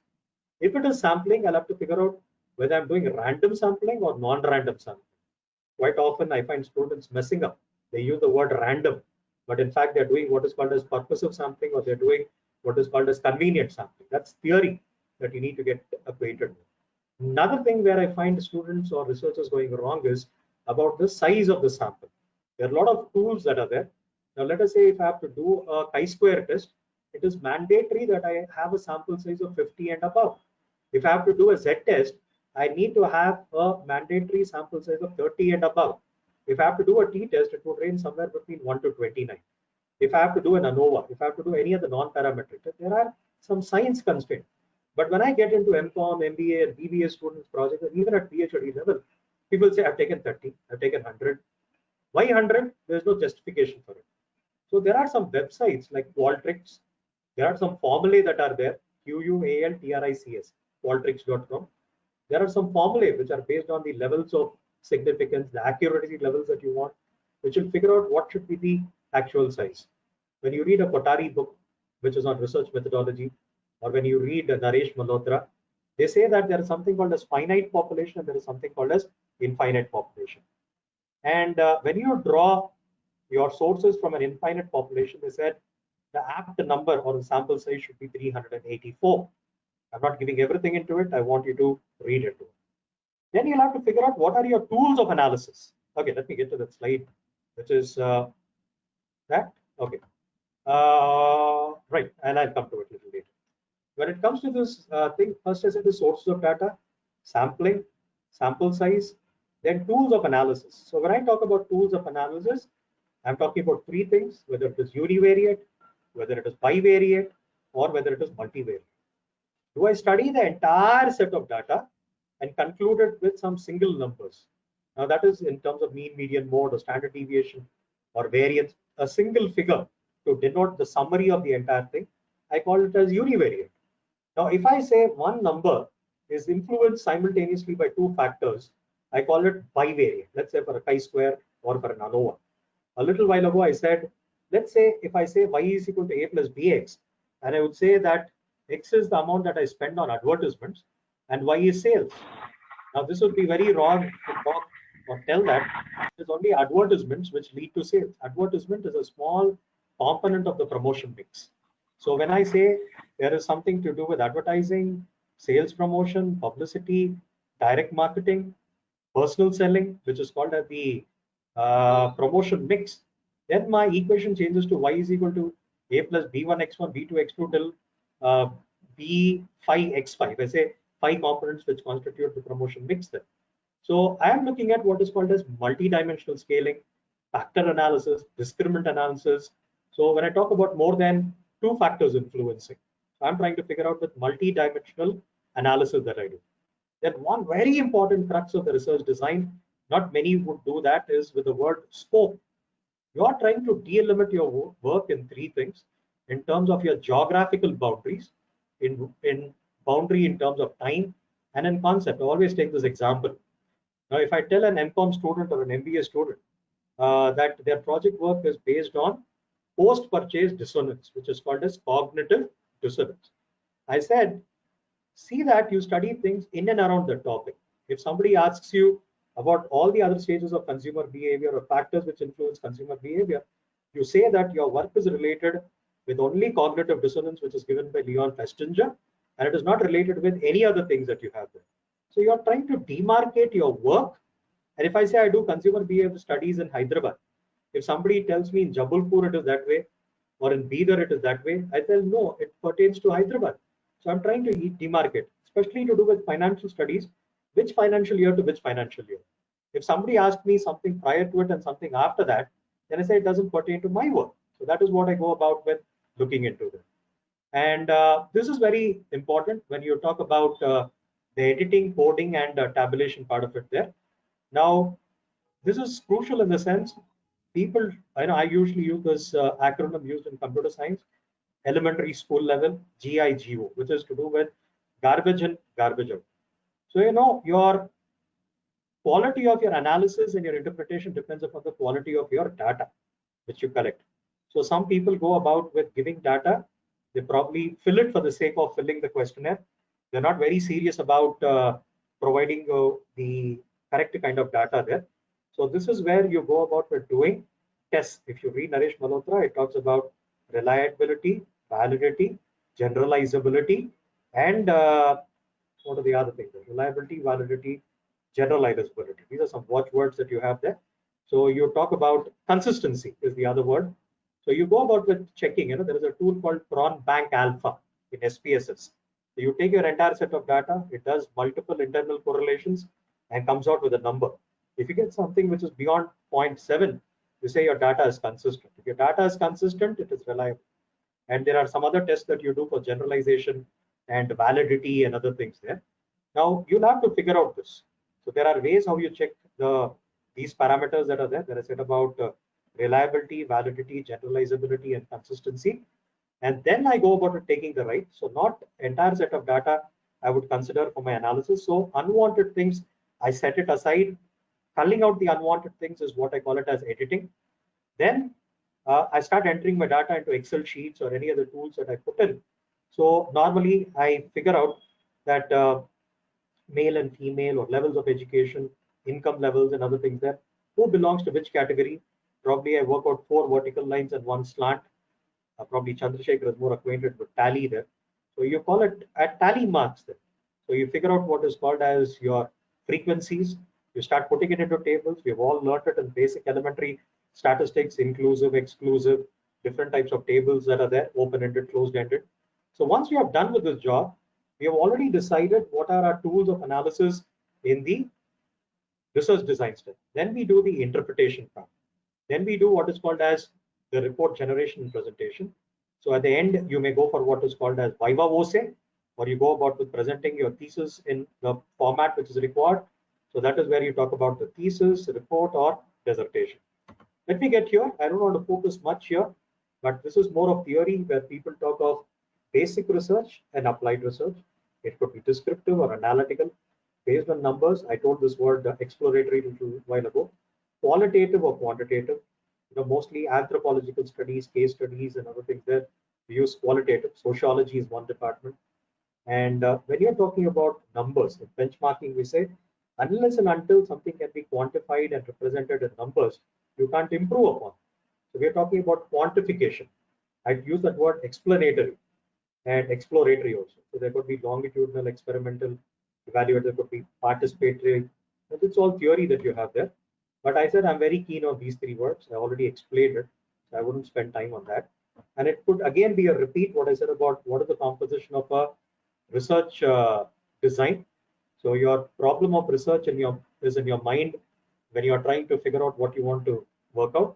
So there are specific questions which have to be answered or hypothesis to be tested. You got to really figure out the need and importance of the study. You'll have to come out or arrive at the objectives. I find some people writing paras when it comes with writing an objective. It got to be straight, crisp sentences that are there. Probably no breaks in the sentences also. One, that doesn't mean that you write very lengthy sentences with commas and other things. So you'll have to be very clear with your assumptions, concepts, and their operational definitions. So you'll have to tell out about the kind of data collection, that is your primary or secondary, your methods of data collection, the tools that you use. You'll have to be very clear about your gathering information or instruments that you use for that. The tools of analysis, I try telling what is univariate, bivariate, and multivariate. Scope in terms of geography, time, and concepts. And you'll have to be clear as to what is your budget and the time and the kind of people that you would require. And you'll have to work with the time. I like what Stephen Covey says. You'll have to work with your end in your mind. That is very good tool for planning. When you read 7 Effective Habits of Successful People, where he talks about, you've got to work it out with a time frame. And when it comes to collection of data, I spoke about what is primary, secondary. So I wouldn't spend time on that as well. And this is important where you talk about quantitative data, which is basically done through surveys. It involves designing questionnaires. That itself is another thing. Only on sampling probably you could spend some quality time. And in a questionnaire design, this is something I wanted you to get to. When you read Naresh Malhotra, I'm not marketing that book, but to tell you that I got some real insights. I have some PhD scholars who come to me and ask me and tell me, sir, check if my questionnaire is right. I ask them, what do you want me to check? The grammar, the sequence, the length of the questions? No, I can't do that. Get me the synopsis. So when they get me the synopsis, what I do is I check if the questions are related with their objectives. If the questions are related with the hypothesis, I said that when these questions are not related, why do you ask it? So maybe I rephrase it, or probably I go about with putting it. And these days, I tell you, it is a must that there were this manual methods with which I used to go about with typing my questionnaire, get it photocopied, go to people, collect data and other things. But these days, the job has become so easy around. There are umpteen number of videos which are put up on YouTube. Probably I have done small courses that are there, how to design through Google Forms, SurveyMonkey, and a lot of other tools that are there. And the type of questions that you ask also, whether it is to do with open-ended or closed-ended. Now, open-ended is you give the question and you leave it to the person whatever words that he wants to answer, but it becomes very difficult to analyze. Now, when you talk about closed-ended there, it could be a dichotomous, trichotomous, or multiple choice. When I say dichotomous, I'm talking about yes and no, true or false. Or when I say trichotomous, it becomes very difficult when I'm forcing somebody to accept, to say yes or no. So I'm trying to find a path which is between yes and no. And that is where I go about with looking at DKCS, that is don't know, can't say kind of an option. And a neutral stance is what I go about to taking. Now, when my options are more than three, I would call it as a multiple choice. And most of us, probably we are not tuned or we don't go about with working much, but we need to get ourselves acquainted even with what is called as this qualitative data, which is based on focus group, where we do in-depth interviews, or we go about with observing, or we use what is called as case studies. To all the teachers, I request you, there are a lot of these FDPs which are worked out online these days there through Zoom and other media, where you've got to get yourself acquainted. I tell you, you are a different level of a teacher if you know how to write case studies. Probably what we are accustomed to is we read the text. At the end of the text or with the text, there are some CDs which we are provided with. There are case studies. We get it printed, circulate among the students, and discuss. And what if you design your own case studies? Then? That would be a real contribution to research. Or observation can be mechanical or in-depth or individual that are there. And the precursor for questionnaire design. Now, this is something which I picked again from Naresh Malhotra. I took a screenshot from that.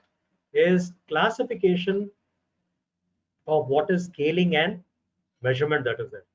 So you'll have to look at, I can't get into talking about each of them, but give you a small example. If I say there is Likert scale, this is quite often that we use where we talk about from strongly agree to strongly disagree. It is a 5-point scale that we have there. So I have strongly agree, neutral, disagree, and strongly disagree. When I talk about a staple scale, it is a 10-point scale. When I talk about semantic differential, I use bipolar words, opposite words, interested, disinterested, like, dislike, love, hate. Now, these kind of words that I use to go about with framing. Now, how does the scaling and measurement help me is I am trying to convert an opinion into numbers. So this helps me in the process of quantification. So I'll tell you, it is amazing the kind of example that I quoted in Naresh Malhotra that I want you to figure out, looking for what is the scaling and measurement around. And I want you to go about with understanding these basics as well. Now, when we talk about discrete and normal, when I teach theoretical distributions, we say normal distribution is continuous, binomial and Poisson are discrete. And we ask the students, tell me how do you understand the word binomial? How do you understand the word discrete and continuous? They go blank. They talk about class intervals and other things. I tell that, or it is an established fact that if you have decimals for the numbers, you talk about continuous. But when it can't have fractions or decimals, you talk about what is called as discrete. And the other one is whether things can be measured Things and can be expressed quantitatively. measured and expressed quantitatively. We call it quantitative. And things can be measured quantitatively. So here what you look at in quantitative is we can do finding relationship. We use the word, I find it there given in the next one. For qualitative, or if you're trying to figure out for characteristics, features, relationship, we use the word association. That is where we use the word attribute. But if you can measure and put into numbers, we call it as the variable part of it there, and we use correlation studies. Another thing is not all numbers are prone for analysis. Recently, when we are doing our research methodology workshop, I recollect Krishna Kumar sir, our chairman board of studies, quoting it in his inaugural message, where he said somebody went about with doing an analysis of gender. You get it there? Somebody did an analysis on gender. Can you really do an analysis of gender? Probably you can say someone belongs to male, female, or other gender, LGBT, or any of that. The thing is, the thing is, someone had taken those numbers of 1-0 for classification and went about with working at them. You can classify it. Probably you can say the entire set so many were there, but they went into some unscrupulous things. Can I analyze roll numbers? Can I analyze hall ticket numbers? Now I ask students, what is the jersey number of Virat Kohli? They get guessing. What is the jersey number of Dhoni? It is 3. For Virat Kohli, it is 18. I tell them that in cricket there are 11 players. So why do I go about with needing an 18th number? There is some sentiment attached to Kohli where he says his father died on that date. So there are numbers which are meant for identification and classification. Now these are called nominal. Now when you start assigning ranks or 1, 2, 3, they denote position. You can't do any analysis based on ranks. And when you talk about a maximum and a minimum value, all that you can do is you can find the difference, you can find that is range, or you can find the average, and you can't do any more things beyond that. But if you can apply all your board mass principles, bracket off, division, multiplication, addition, subtraction, and if you can do all kinds of arithmetical operation on a given set of data, now that is where we talk about the ratio kind of thing. And most often I'll tell you, when it comes to qualitative, we talk about normal and ordinal. When it comes to quantitative, we talk about interval and ratio. So identifying the numbers will help you in identifying the right choice of tools. But when you fail to identify the nature or the characteristic of the number which you have collected for your research purpose there, you falter with your entire analysis there. And further, when it comes, this is only an example. This is again picked up from Naresh Malhotra, which tells you the nature of the scale, what are the characteristics. I'll just take one example, telling that nominal is meant for identifying and classifying. Where do we commonly use? Probably today we have the Aadhaar card number. Probably abroad they call it the social security number, or the jersey number of football players or the cricketers. In marketing, we talk about brand numbers or store types that are there. Now, what kind of statistical tools we use?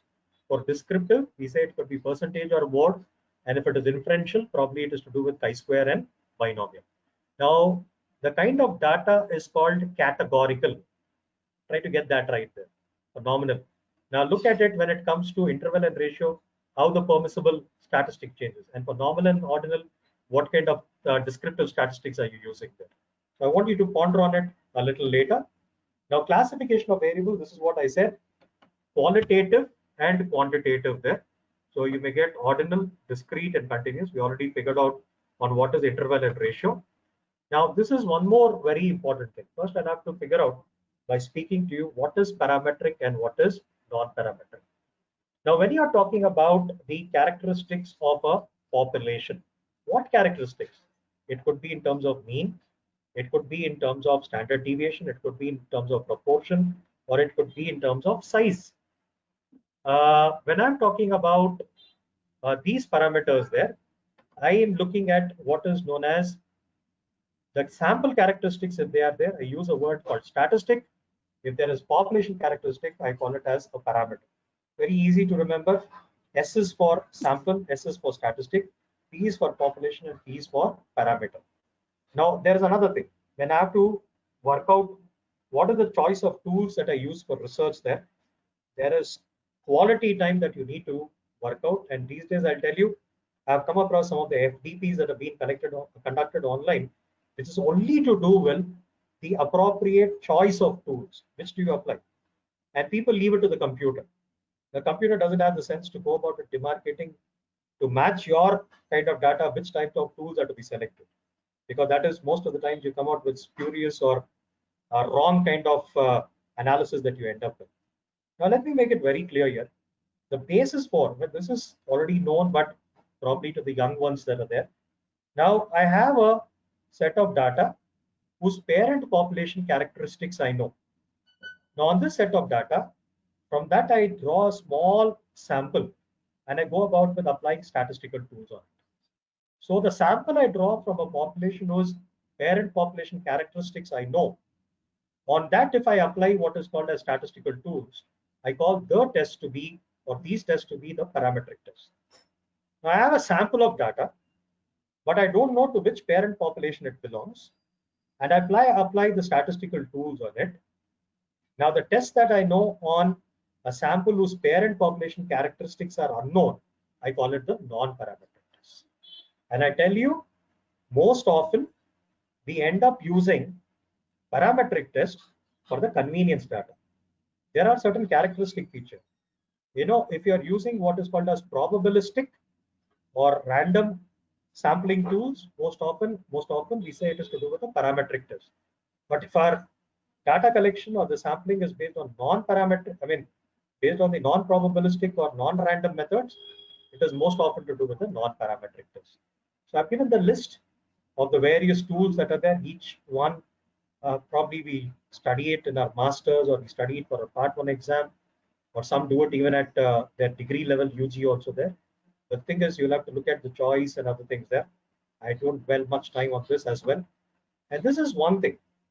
Normally, when we're doing hypothesis testing manually, now we talk about what is called as a table value, the critical value, and quite often I ask students questions on what do you call as a type 1 error and what do you call as a type 2 error, and what is known as a power of a test. And one basic question I ask in my research methodology classes is, alpha is about rejecting a hypothesis which is true. You lose an opportunity. Now, beta is about accepting a hypothesis which is wrong. Now, when you look at which is more dangerous, beta is more dangerous. And the question is, why do you use alpha in decision making? Quite often, students don't even question. And when it comes to alpha, we say take 1% or 5%. What is this alpha? Alpha is to do with the type 1 error. Beta is to do with the type 2 error. And 1 minus beta gives you the power of the test. It tells you how much you are devoid of the type 2 error in your decision making.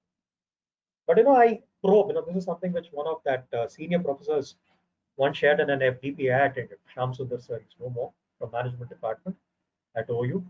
He said we don't start with the premise that a person is criminal and then we go about to proving his innocence. We start with the premise that the person is innocent and then go about with concluding whether he is innocent or criminal. That is the reason we don't use beta for the hypothesis testing. That is one part of it. Now we talk about this 5% and 1%. We talk about level of significance.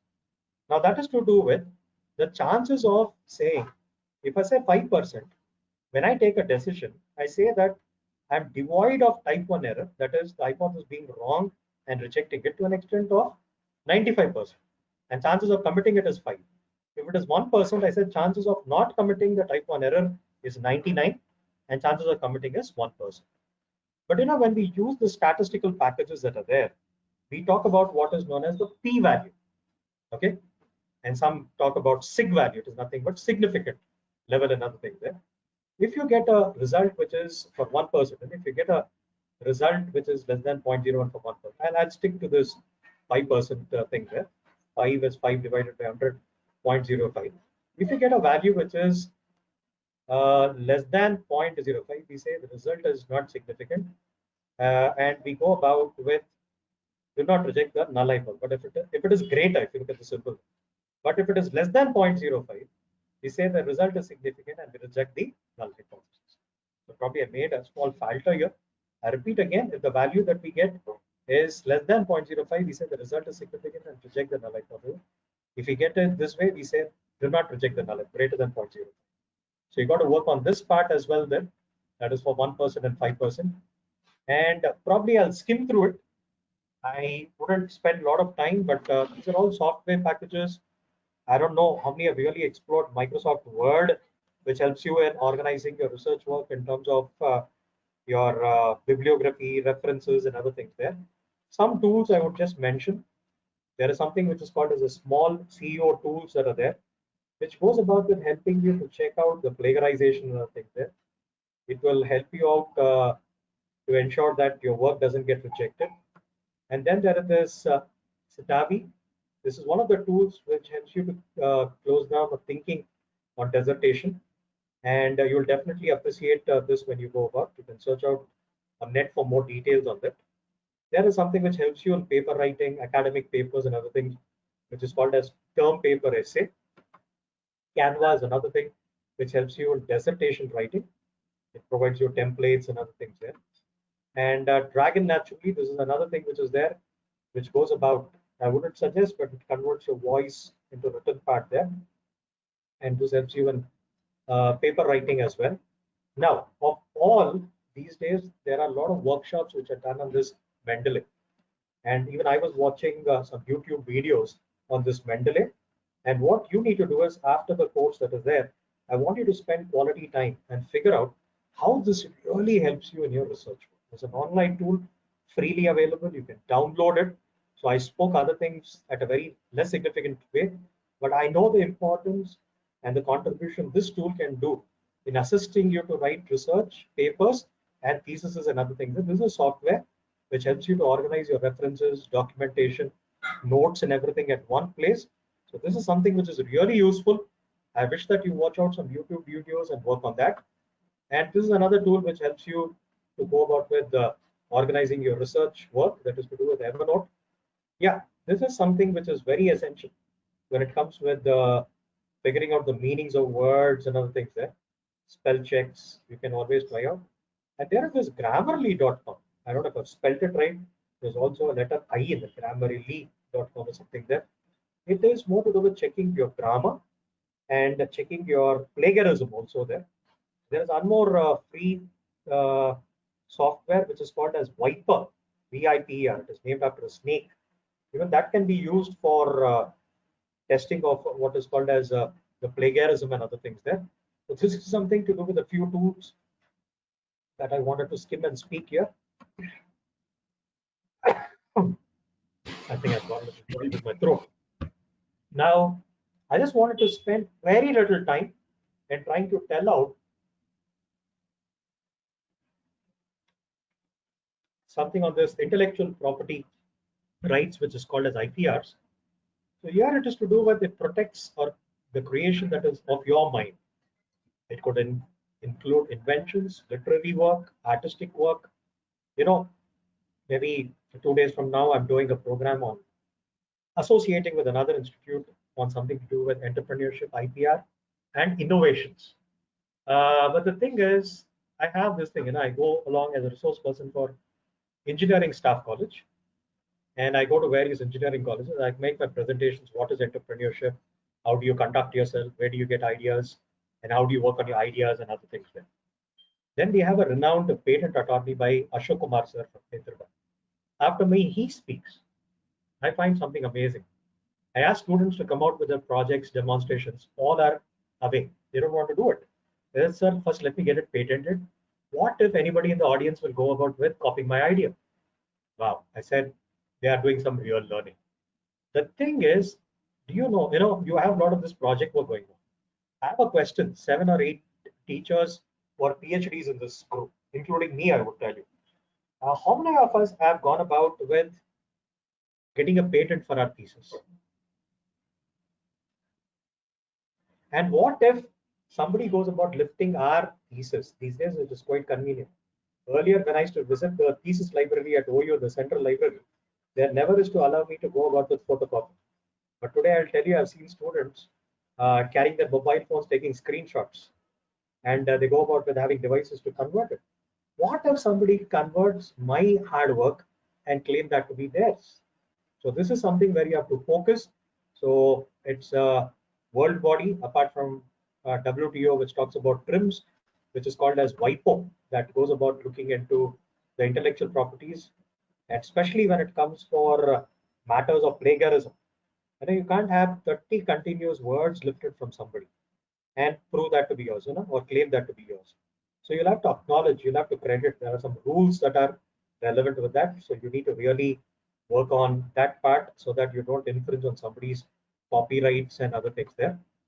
And this I'm saying as to how it work out. I don't talk much. So I said about that World Intellectual Properties Organization, WIPO, which goes about with controlling it. So as a researcher, you rely on published work to create new hypotheses to support your finding. But you should therefore ensure that you don't infringe into somebody else's copyright. So when you refer to a book, chapter, or research paper, make sure to provide appropriate credit to avoid what is called as plagiarism or plagiarism by using effective paraphrasing. So trying to read and understand and putting it in your own words, summarizing, quoting it when it's required. And look at it, it said that plagiarism is a serious misconduct. So we talk about civil and criminal things there, and it's a matter of time where we could be put behind bars or we could be barred from academic promotions and other things there when we are caught for what is known as plagiarizing. And it is important to cite the original work in your manuscript. I don't know if somebody has seen it. There are some slides that are there at the bottom with the footnotes. I've gone about with referring from where did I take, or at some places it is even as a header. I've quoted it. So if somebody makes this document public, I shouldn't be caught if somebody says these words are lifted. So I'm skeptical that I shouldn't get into the muddle related with the plagiarism and other things on my part that I'm trying to speak to you. So someone should say that I have infringed on somebody's copyrights and other things there. Now, various thinking skills. I wanted this in the beginning. I said about critical thinking. Now, I don't know, but when I go about with setting papers for our engineering college, unlike the other universities where I set papers for commerce and management department there, they give me the syllabus structure, they give me some sample paper, they give me the blueprint, and that's it. They said, make 2 sets of papers, the job is done. But I tell you, the engineering colleges today, I teach a paper on ethics and corporate governance at our own engineering college at OU there. Now, I find it a little strange, or to the other engineering colleges also, when I sit there, they say that please follow the Bloom's taxonomy. Now, this is a rough sketch of what the Bloom's taxonomy is all about. So, what I go about with noticing is they give a kind of a thing there, how we need to evolve. If you are trying to test somebody, I remember setting a paper from an engineering college, and they reverted the question back to me. I said, "What happened?" He said, "No, you have not used the terms that are related with Bloom's taxonomy." Wow. So the thing is, you'll have to look at the one which is in dark red. So today we are classifying green, orange, and red. Probably green is missing. I'm talking about cream or yellow here. If I'm tasting the basic things for myself, whether it's to do with my understanding, remembering, and recalling skills, I'm going to that orange zone or maroon, what I find here, or colors. I don't know how you, but surely I'm not colorblind. But I'm talking about applying and analyzing. This is a little higher than recalling and understanding. But if I'm going a little higher than that into evaluating and creative kind of thing there, with this highest order. And I don't know if somebody can figure out that word in evaluating towards the end. Critical thinking is the first focus it talks about there. Now, I'm trying to tell there are different types of thinking. There is creative thinking, there's analytical thinking. I wish you do a small homework. Get to a website which is called criticalthinking.org, and you'll get to know what are all the types of thinking. When you talk about everybody's supposed to think in the same direction, you talk about convergent thinking. Or if I look at somebody like Edward de Bono, where he talks about 6 thinking hats, or he talks about lateral thinking or out of the box thinking, that is all to do with divergent thinking. People come with artwork, something you don't imagine. People are there in interior designing, they do what is called as abstract thinking. But I'll focus on one thing that is there, which is to do with critical thinking a bit later. And this is something which you'll have to work as a teacher when you are teaching as well there. I don't know how things are going to be there in future, because we have all studied history from a point of view wherein we see that it was more about before Christ and after the death of Christ, Anno Domini and before Christ there. But now I'll tell you, this is something which is historical, which is going to happen. Uh, I would look at in research before plagiarism has arisen, software tools, and before after that there. But now I would tell you, when we are trying to evaluate our students and our work that is there, it's got to be before Corona and after Corona. A lot of things have changed. And here, when I look at this World Economic Forum there, I want you to focus little on, the light blue, dark blue, and the gray colored areas that are there. Look at the areas which are there on the decline, which are the ones which are in trend. But my way of looking at is you need to really capitalize on your focus on growing. I said I teach one complete paper on this aspect called critical thinking. You need to figure out for yourself, understand what are the requirements, what are the ingredients, what are the demands, and how you need to inculcate and develop in yourself what is called as analytical thinking and innovation, complex problem solving. This is very essential in corporate world. Critical thinking, I said you're not criticizing others, but you're trying to you become your own critic through a set of values and filters, and you come out with better ideas. You involve an active learning, creativity. This is very important when you talk about original work to come out of research papers and theses. There you take initiatives, you have eye for details, which is very important. There are some times when you sit in viva or somebody evaluates your thesis, they have noticed something which you have not noticed. So that is because they have attention for details. You will have to develop that quality of understanding the finer nuances. You have to develop that element of trustworthiness. The journey gets ahead unless and until you develop that element of trust between you and the librarian, you and your guide, and you and your dean, and other things there. So that's something to do with trustworthiness. When I said about EQ, which is very important, how do you work, and reasoning, problem solving, leadership, social influence, time management. That is what we said earlier. So these are the watchwords that I want you to look for. And critical thinking, if it is the ability to think clearly. We started with the word rationality in the beginning, understanding, logical connection between ideas. Critical thinking has been the subject of much debate and thought since the time of early Greek philosophers. It talks about, I don't think I've included Socrates and Alexander also there, but it talks about Socrates, Plato, and all these people, how they went about with the reasoning and coming with ideas. Remember what I said about inside out approach. Socrates always went about with asking questions, and the one question led to the other question, how things work out. You'll have to really look at, if you get to that criticalthinking.org, it tells about how these people were the pioneers for this critical thinking. And today it is again coming into renewed essence because most of the products are becoming obsolete, the processes are getting obsolete. How do you go about with working? So in essence, critical thinking requires you to use your ability to reason. It is about being an active learner rather than a passive recipient of information. And it is all about understanding the link between ideas, the critical thinking. It determines the importance and relevance of arguments and ideas. It helps you to recognize, build, and appraise arguments. It helps you to identify inconsistencies and errors in reasoning. It helps you to approach problems in consistent and systematic way. It helps you to reflect on the justification of the assumptions, beliefs, and values that you have there. I mean, this is the crux. If somebody says this is your contribution, this is your understanding of research, you need the basic elements of critical thinking there. Now, very quickly, we'll spend little time on what are these guidelines to be followed while writing. Simple rules that we have there. Make it a driving force. I said about you publish or you perish there. So you talk about writing a paper, you'll have to understand the underlying research which is required to do it. It is about understanding more and more about less and less. The more you have in the later part, you pick the right audience to whom you're actually addressing. You think the choice of words, your narration, and everything is important there. You got to be logical in your work. You got to be thorough in your work. It got to be complete, make sense. It got to be concise and crisp there. You have your style of presenting things there. You got to be your own judge. And this is something even Warren Buffett talks. Test the water in your own backyard. So you do what is called as trying to figure out with your own people before you make it public there. And this is something which happens with that Mendeley and other tools where you start creating virtual teams, which helps you to collaborate your work.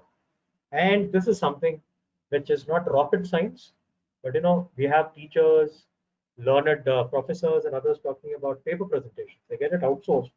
But I tell you that if you can master the American Psychologist Association or Modern Language Association, I mean Harvard style or Chicago style, a lot of those things that are there, but it is something which is going to be lifelong asset of yours. It becomes so easy for you to quote. The rules that are required for acknowledging if you've taken something from a newspaper, from a journal, from a speech, from a lecture, from a TV show. There are different ways that you quote it. So these rules, if you apply, you're making your bibliography and reference section, and you avoid plagiarism. So this is something which you need to really master. And every journal or every publication have their own rules, and you have to fine tune or mold yourself according to them. And we'll just look at some do's and don'ts of submitting research papers. And you need to do's if it comes to, you need to communicate your ideas very clearly and precisely. It shouldn't be muddled.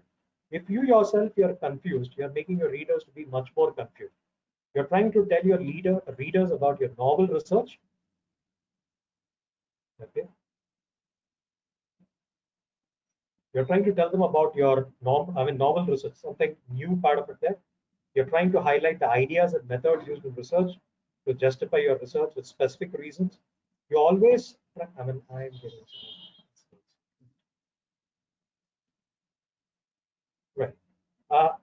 You're trying to talk about justifying your work with specific reasons.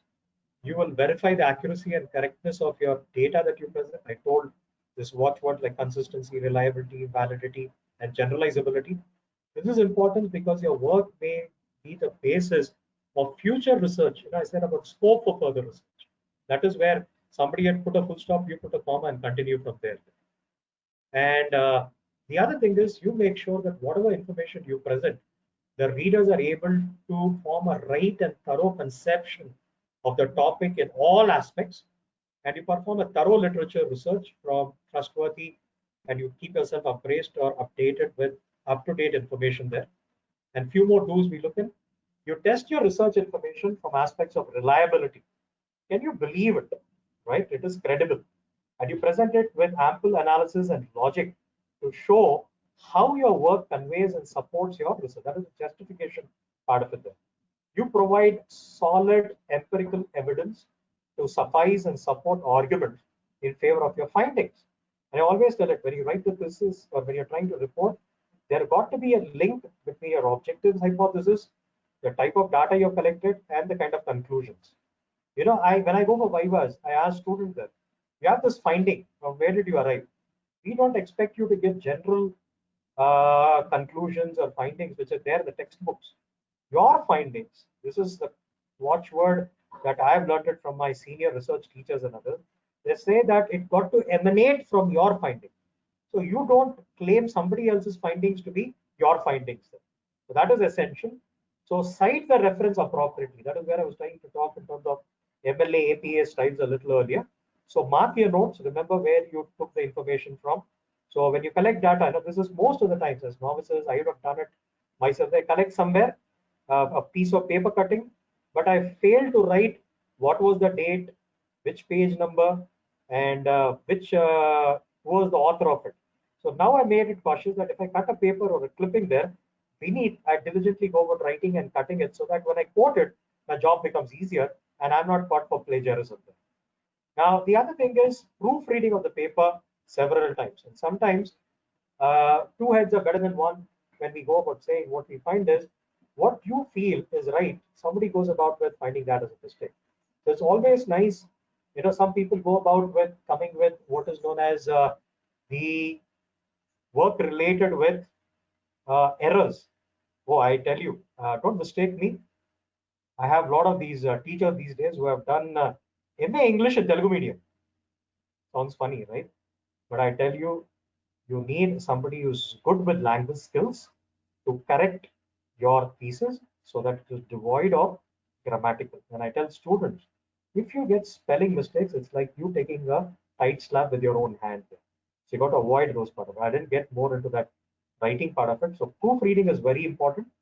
And then you come to the final draft. Now let's get to one or two slides and wind up. That's to do with the don'ts that are there. So you do not misinterpret any information in the paper. You don't include anything that doesn't answer the question. So overtly trying to extrapolate is wrong. You don't add any unnecessary details. Keep it relevant and to the point. Don't give incomplete and absurd reasons for doing research. Don't exceed the recommended word limit. So we talk about even the number of pages as to 350 or so there. And do not make many generalizations in the paper. Have your own voice in writing the paper. A paper full of overviews gives an impression that you have nothing to say. So you need to work on that. And then don't write for the sake of writing, just for the heck of writing. Make sure that each of your findings support the cause. Don't forget to reference any supporting material or related research by other prominent. This is about acknowledging, working out your bibliography and references. Now, this is something which most often people do. Wikipedia is not a reliable source to work your references. I don't know how many really know. The academicians found a lot of flaws with the finance minister when she made a budget speech, not the present thing which is to do with Atmanirbhar, but when it to do with the budget speech, she was quoting Wikipedia, and people said that is not a reliable source. Anybody can add, delete from it. How do you take that as the basis that is there? So better be careful. I'm not finding fault with anyone, but we have been naive at times using what is called as Wikipedia. You need to avoid that. And do not use others' work without rephrasing, that is paraphrasing with the apt sentences. So that's it. Before I even go for the Q&A, I thought I would just reiterate what I went about with saying, what my young friend Naveen and Revati ma'am and others had gone about with asking me to share in this. I spoke about the foundations of research, told you the tools that are used for identification and formulation of the problem, what constitutes the research design. Methods, I didn't do it, but I said you got to read that Naresh Malhotra. Tools for research, I skimmed through. Concepts of intellectual property, I just gave a bare skeleton of it. Various thinking skills, I provoked you to read a lot on that. Guidelines on to be followed while writing a research paper, do's and don'ts. I went strictly according to what was asked me to speak and the invitation letter that was given by the college there. So before I even close, I thank Revati ma'am, Naveen, Saida, Athiya, Chandrasekhar, and all others, the entire team of IQAC and the college who are there, who have gone about with giving me an opportunity to present my ideas on this forum there. And this PPT will be shared by you. And I find excellent work that is done, wherein I think there were around about 250 odd audience that you had there. And there were many towards the end trying to intrude as well. And some who left made way for others who wanted to come in. But the thing is, you're pretty clear that they asked you to fill up a feedback form and other things before you wind up. And I think that's it from my side there. I would go about with asking you to ask me any questions that are there, then I would go ahead. Yeah, I think it's that slide which is put forth by the organizers. Even I said Q&A, but I find some guys with Q&A. Hello, Right. sir. Yeah, ma. Hello. Saida, yes, yes, I Sir, can. please name the tools of the tools again. I want. You want me to speak about the tools of analysis there, ma? Yes, sir. Name of the You tools. you talk about Sir, Canava, parametrics. before Canava, Mendeley, and sir, before Okay, this, okay. No. What I would do is, I have shared this entire PPT with Naveen, sir, who is the one of the senior faculties with this. He will share it to you, and I think sir, you pick up the tools. You pick up the tools and start exploring it. okay, okay. Thank you, sir. And out of that, I tell you what is more crucial is mentally. So work on that. Okay, okay, sir. Right. Any more questions that I can take? Hello. Yes, sir. Hello. I think you can come live with your video on and even your voice. Hello. Na? I don't know about the. Yes, sir. I can hear you loud and clear. Go with your question there. Sir, good afternoon, sir. Myself, Krishna Mohan, sir. I'm from Krishna University. Wonderful. I think I just want you to express your opinion regarding selecting a journal. So nowadays Okay. we are coming across so many different types of journals, sir, like Scopus Indexed, Elsevier, Whaley, like this. And we Yes. also come across, as we are academicians, we need to think of UGC care journals and UGC approved journals. All are there, and Yes. the list is being made dynamic. All the journals. Yes. So I wish if you express your opinion in selecting a journal, sir. Yes, sir. Now, I would tell it this way to you, sir. When it comes for us, I just said, to seek admission into PhD and other things also, when you have to give weightage to the candidate for the kind of papers that they have published and have produced there, we give more weightage to the ones which are UGC recognized. I mean, that is the job. The dean goes about with giving the list. There are 400 applicants, 100 is given to me, 300 is divided to 100 to each of my colleagues there. And what we do is we scrutinize the application. And it is a thorough job. And again, it is scrutinized by the head and chairman, and the report is put in front of the dean there. And the same thing is done. I'm due for my promotion. So in the due course from the assistant to the associate or associate to the professor, my publications that are there are scrutinized at the departmental level. And they ensure, they ask whether it is a recognized journal, it is an unrecognized journal. I mean, they look at a lot of other things like impact factor, whether it's UGC recognized, scope is recognized, and other things there. And I wish that you do your work in UGC recognized, and the kind of weightage that you get in ABDC or Scopus and other things is far greater. And Yes, let sir. me tell you, sir, when it comes for university jobs, or let us say for a junior lecturer or a degree college lecturer and other things there, When you have your publications in some of the leading journals, doctorate, anybody is there with that, but these publications are given more weightage for promotions and for clear career choices. I think I've answered you. Yes, thank you. Thank you, Excuse me, sir. sir. Excuse me.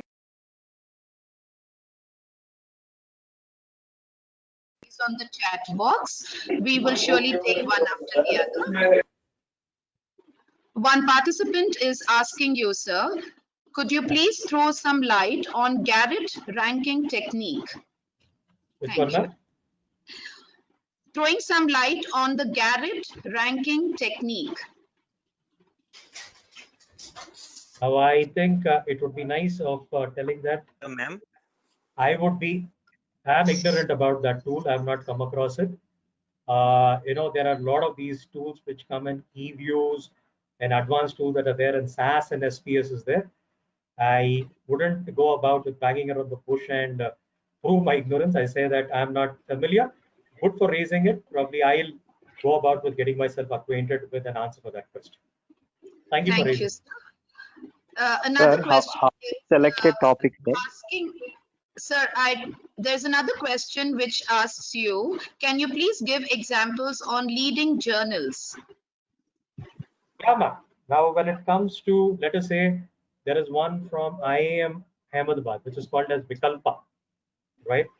Let us say most of the IAMs have their own in-house journals that are there. And there are a lot of these colleges which are IITs which have the schools of management.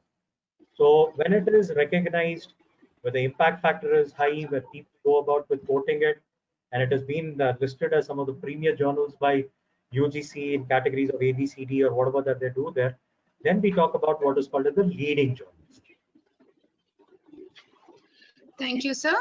Another participant asks you the question, what is CAS and how you calculate it? This is for career advancement scheme there, if I'm apt. Now, you have the UGC guidelines that are there. You have a self-appraisal points that are there, wherein how you work out for your publications, for your lectures, the number of books you have published, or number of e-material. These days, a lot of weightage is given. If you have got, when they introduced me, they told that I have done some MOOC lessons which are put on YouTube. This was for Sant Gadge Baba University in Amravati. So today with Corona, it's become very pertinent when you're talking about what is called as the aspect of e-tools that you use for teaching.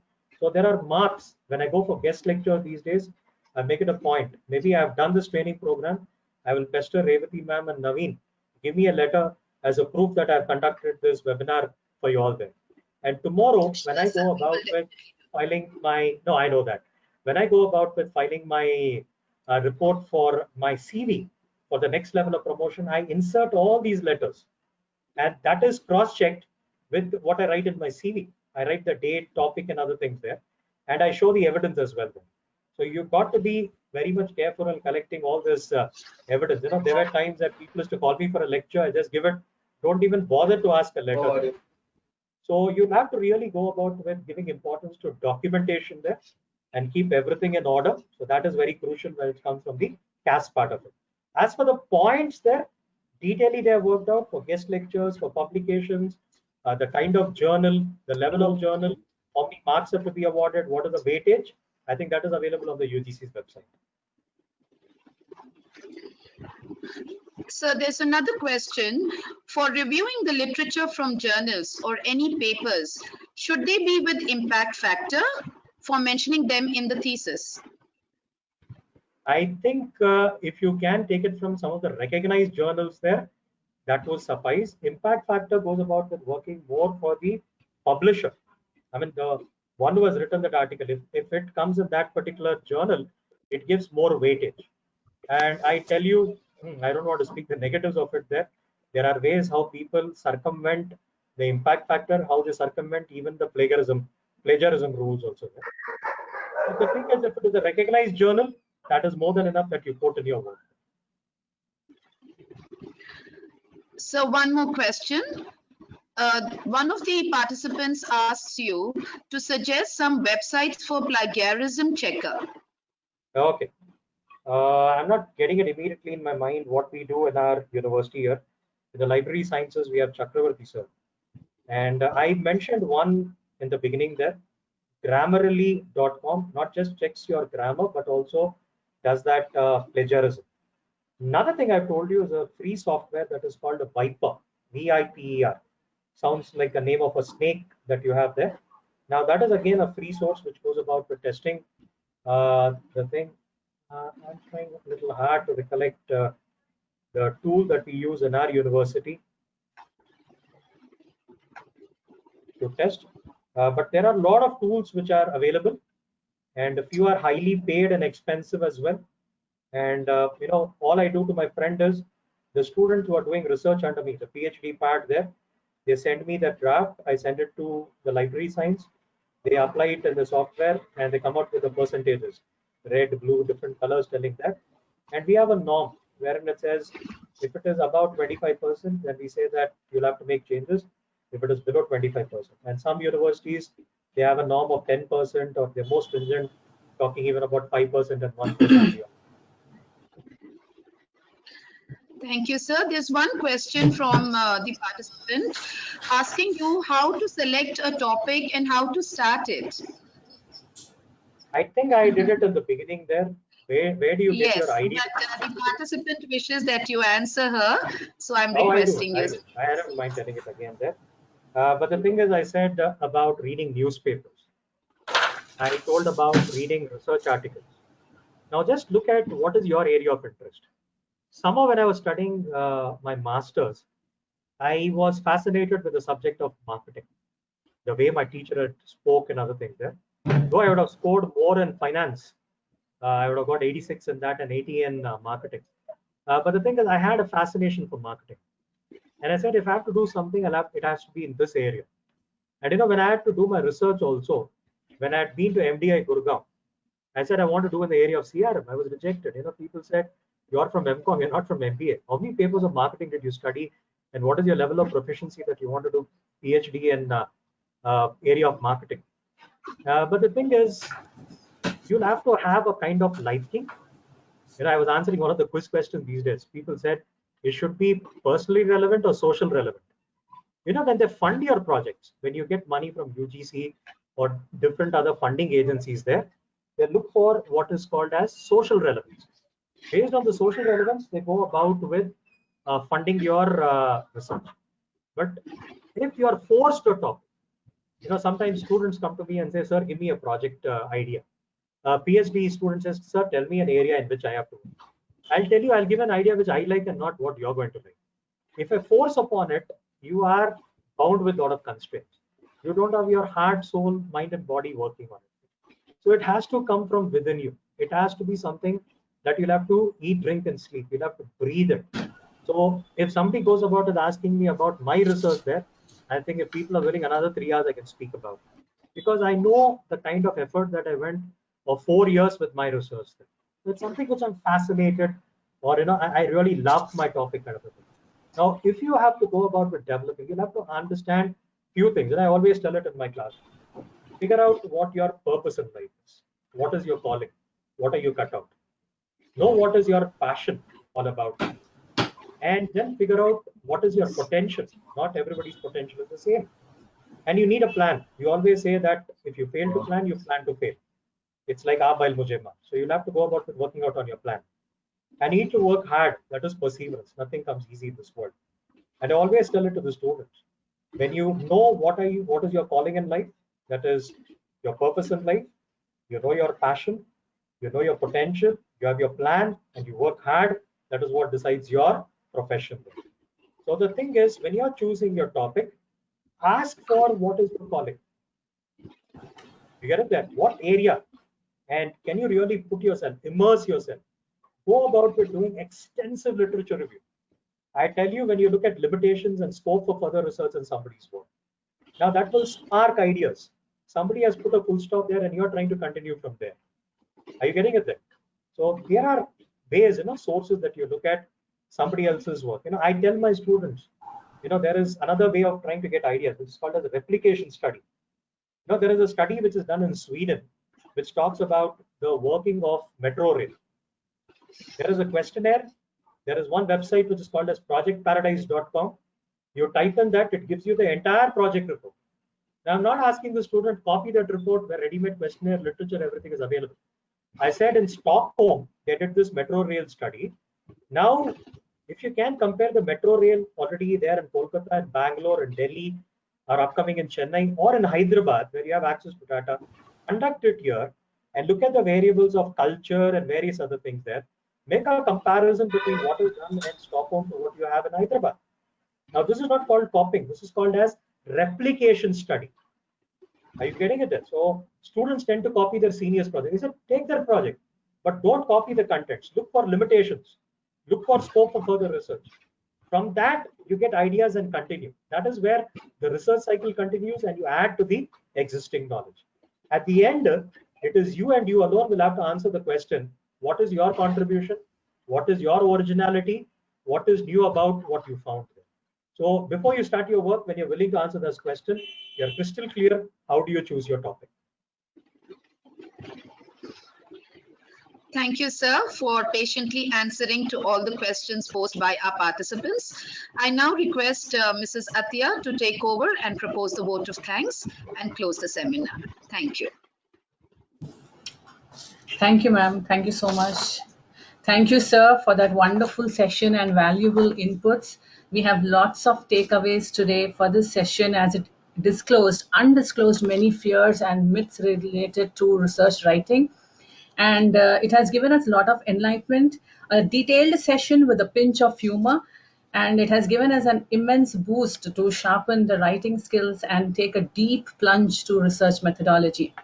Uh, on behalf of the Villamari Degree College for Women and the IQAC team, I wish to propose a vote of thanks to all the attendees present here. My congenial thanks to Dr. Philomena ma'am, who has been the penchant of education and a guiding force. I also thank Mrs. Revati Devi Mathur for her untiring support and guidance overloaded. I would like to extend my heartfelt thanks to our keynote speaker today, Dr. A. Patrick. Thank you, sir, for investing your valuable time and obliging to our webinar. A big appreciation and thanks to all the attendees who have been patient listeners throughout. Thank you for your overwhelming participation. Last but not the least, applause to the team IQAC whose effective teamwork helped us craft this fruitful session. Your opinion matters to us so that we implement and come back better.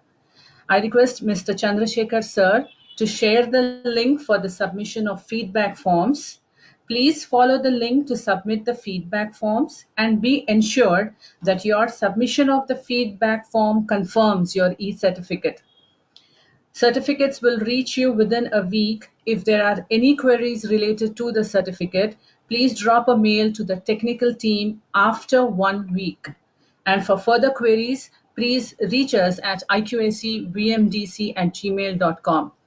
The information is also available on the screen as well. Until then, stay safe, stay calm. Thank you, everyone. Thank you very much, sir. Thanks a lot. Thank you, sir.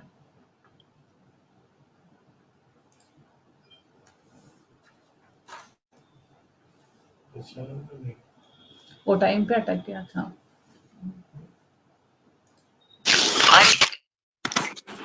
Madam, link will be.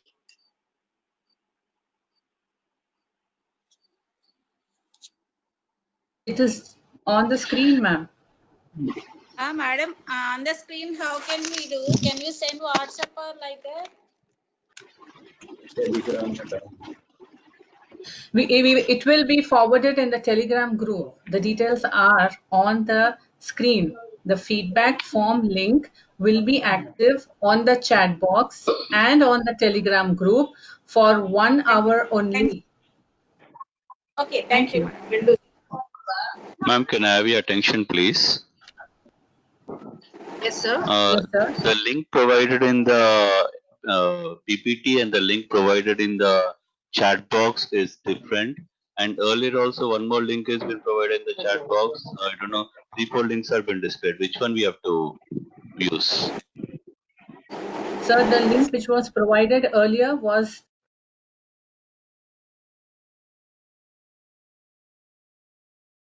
fake link, ma'am. Sorry, ma'am, can you repeat once again? Sir, the link which was provided earlier was the meeting link, the link which gives access to the meeting. Now the link what you see on the screen, the similar link is forwarded in the Telegram group as well. Okay. You Now have in the two chat options. box, one more link is there by Mr. Chandrasekhar and Mr. Naveen. Shall we go forward with that link? Sir, see the similar link which is there on the screen? Yes, sir, Follow you can the go same with that. link, sir. Follow the this link which link, is sir. Mr. Naveen Kumar sir and myself Chandrasekhar. You can go with that. The ends it ends with XA, EGXA. Yeah, because in the PPT it is showing different link. That is what is my query. That is I'm having some doubt. No. Okay, sir, Yes, I'll sir. go Please with go that. ahead with Thank that you. link. Thank you. Yeah, thank you, sir. Thank you very much. Sir, can you please? Hello, madam. Hello. Yes, sir. Can you Hello, please send the Telegram? can I log out, madam, now? Yes, if you have taken the feedback form and if you have duly filled in, you can log out, sir. You will be receiving the e-certificate in a week's time. Thank you. When will get? You will be receiving the e-certificate on your mail within a week's time, sir. By mistake, I posted the link. Okay. Sorry to everyone. Can you please send the Telegram link, ma'am? I can. We are unable to click on the link actually. Can you please send the Telegram link?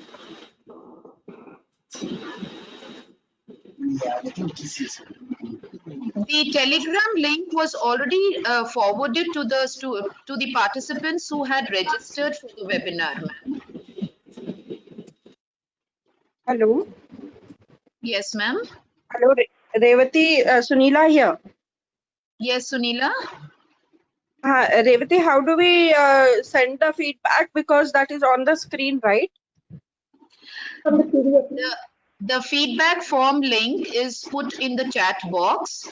You can click on the link which is put in the chat box and the feedback form opens for you to fill up. Okay, thank you. Thank you. But on my screen it is not showing. Excuse me, ma'am. Hello? Hello, yes, ma'am. Hello? Yes, ma'am. But on my screen the link is not. My screen got hanged up, so I'm unable to complete the feedback form, nor the link is. Okay, the link will also be put in the Telegram group, but the feedback form link will only be active for 1 hour, ma'am. So you can open your feedback, you can open the feedback form through your Telegram group and fill the form. Hello, ma'am. Yes, ma'am. Ma'am, see my window. I submitted the feedback form. Thank you for organizing, ma'am. It's a very nice session and informative, ma'am. Thank you so much, ma'am. Your Yeah, appreciation matters a lot to us. Thank you so much. Yeah, when I can get that my certificate? You will be receiving the certificate in a week's time, ma'am. Okay, through Hello, mail? madam.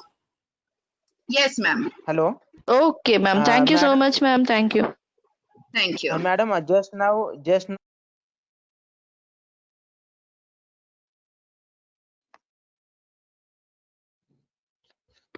Hello. Yes, sir. Good afternoon.